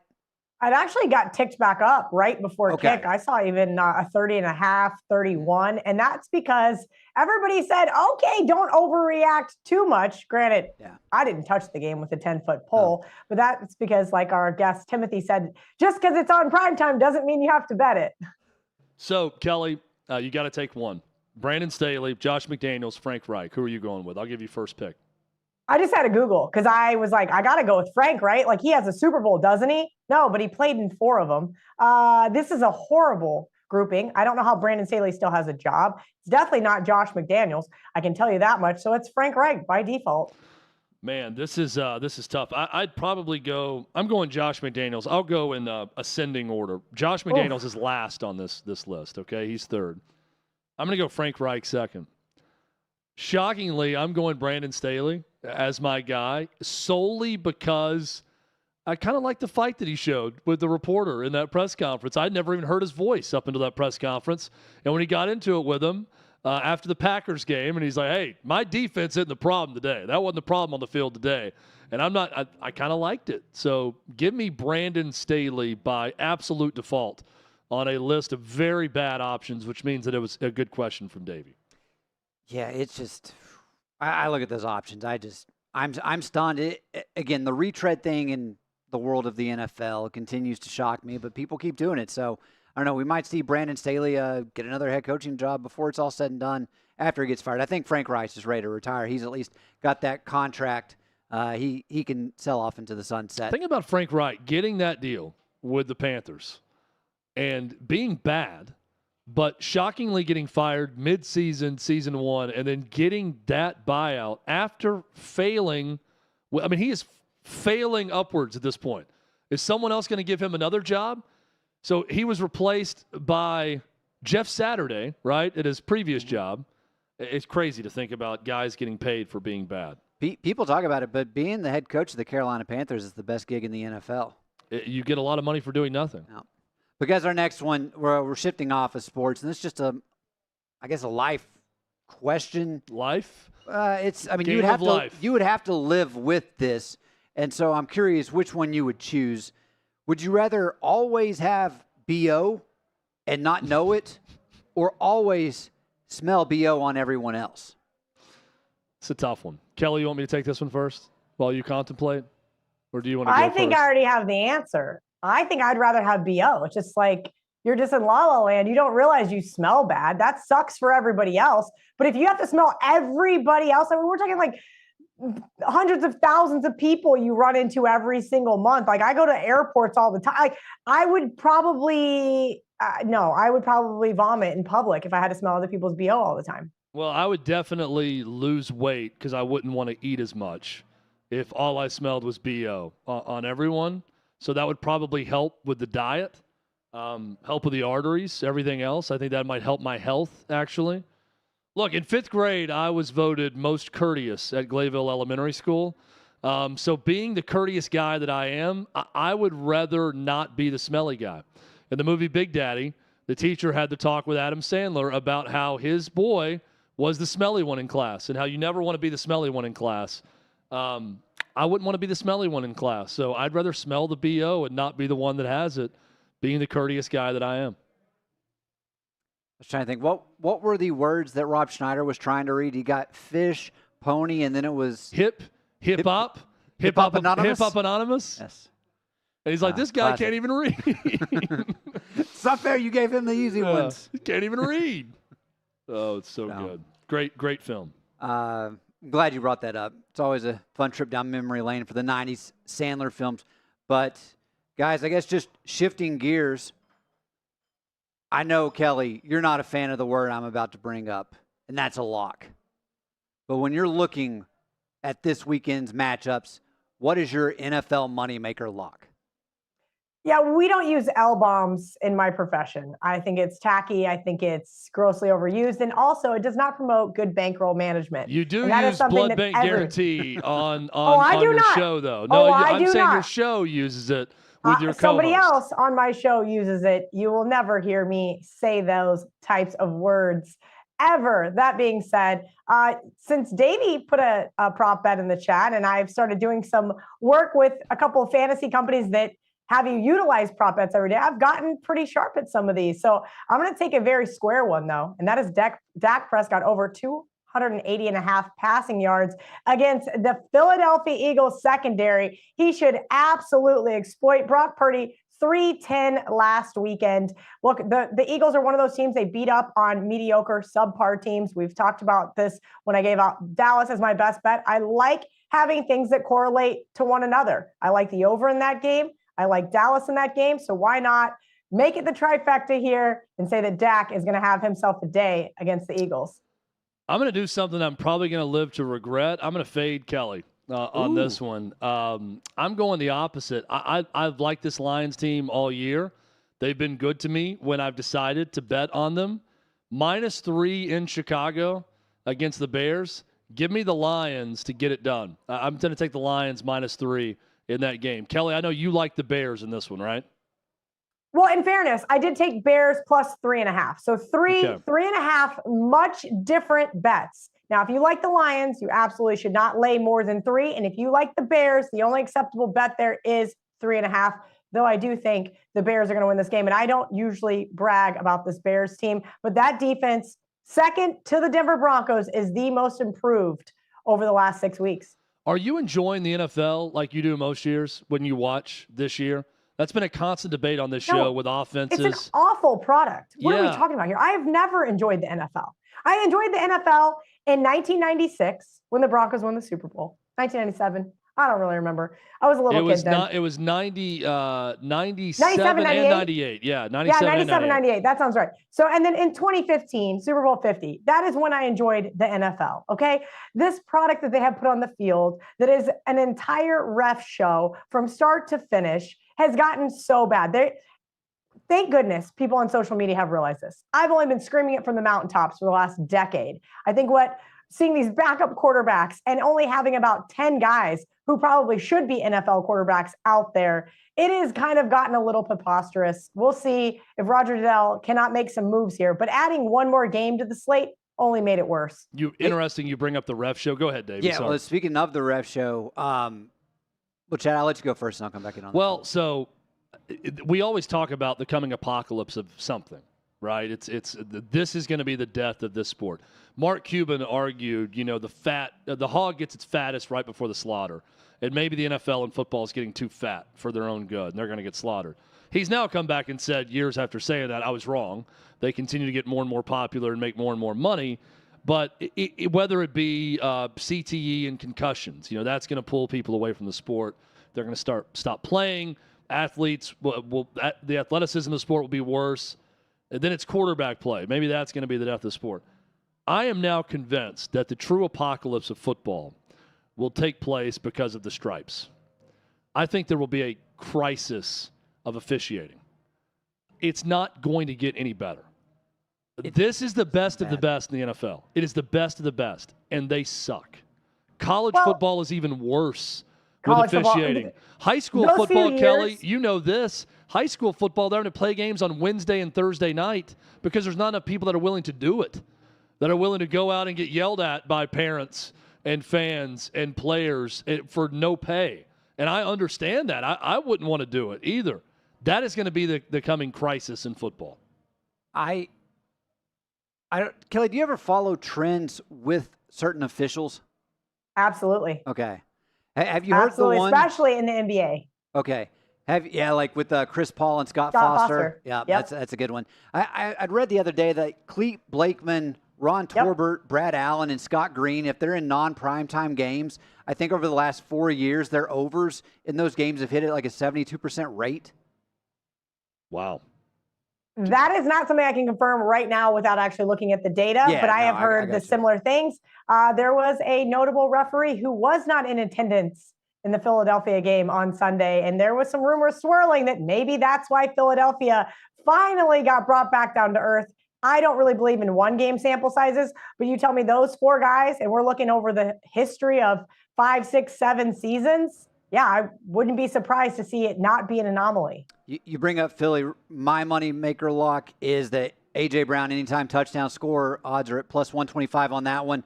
The reason I say that is he's going up against the same defense that let DK Metcalf just absolutely roast him last week. And I think that A.J. Brown's a better wide receiver than DK Metcalf, so I can easily see him doing the same. I like that one.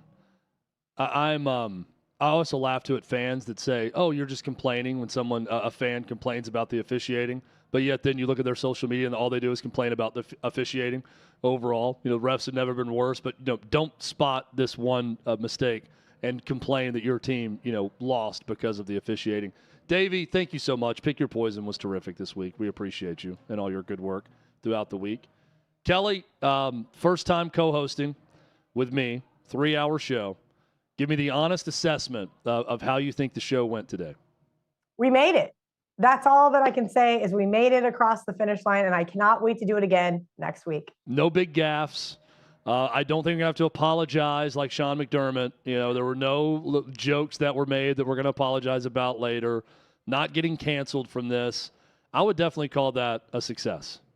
Absolutely. And then, they didn't have to hit the drop button. Several of my friends think that I have such a potty mouth that I cannot possibly put together a 3-hour show and behave myself, but we made it. And I think I cashed the plus 150 ticket there. Oh, look, you've joined the show a bunch. I knew you'd be fine with that. There's people that we have on the show that you're always worried about the dump button when they're on there and they'll say it. But no, you're a pro. You're a pro's pro, Kelly. We appreciate you. And you're going to be co-hosting Chad. some more coming up too, I think, over the holidays. And over the holidays, I'm planning on being in Nashville here in a couple of weeks to be in studio. I think it's going to be wonderful. That's awesome. In studio. That's great. I didn't get that treatment, but I guess Hutton will. So now I see where I rank. Listen, That's I great. don't make the schedule. I just say yes. Yeah. Just know that. Well. I got asked to fill in, and I always try to make a Mm-hmm. habit of saying yes because I'm a people pleaser. Kelly, you were great. Appreciate you filling in today. Terrific work. And we'll talk to you next week. You'll be back on your normal slot with us on Fridays. Thank you so much. To everyone out there for listening, for watching, we appreciate you. Have a great weekend. This has been Hot Mike as part of the OutKick Network.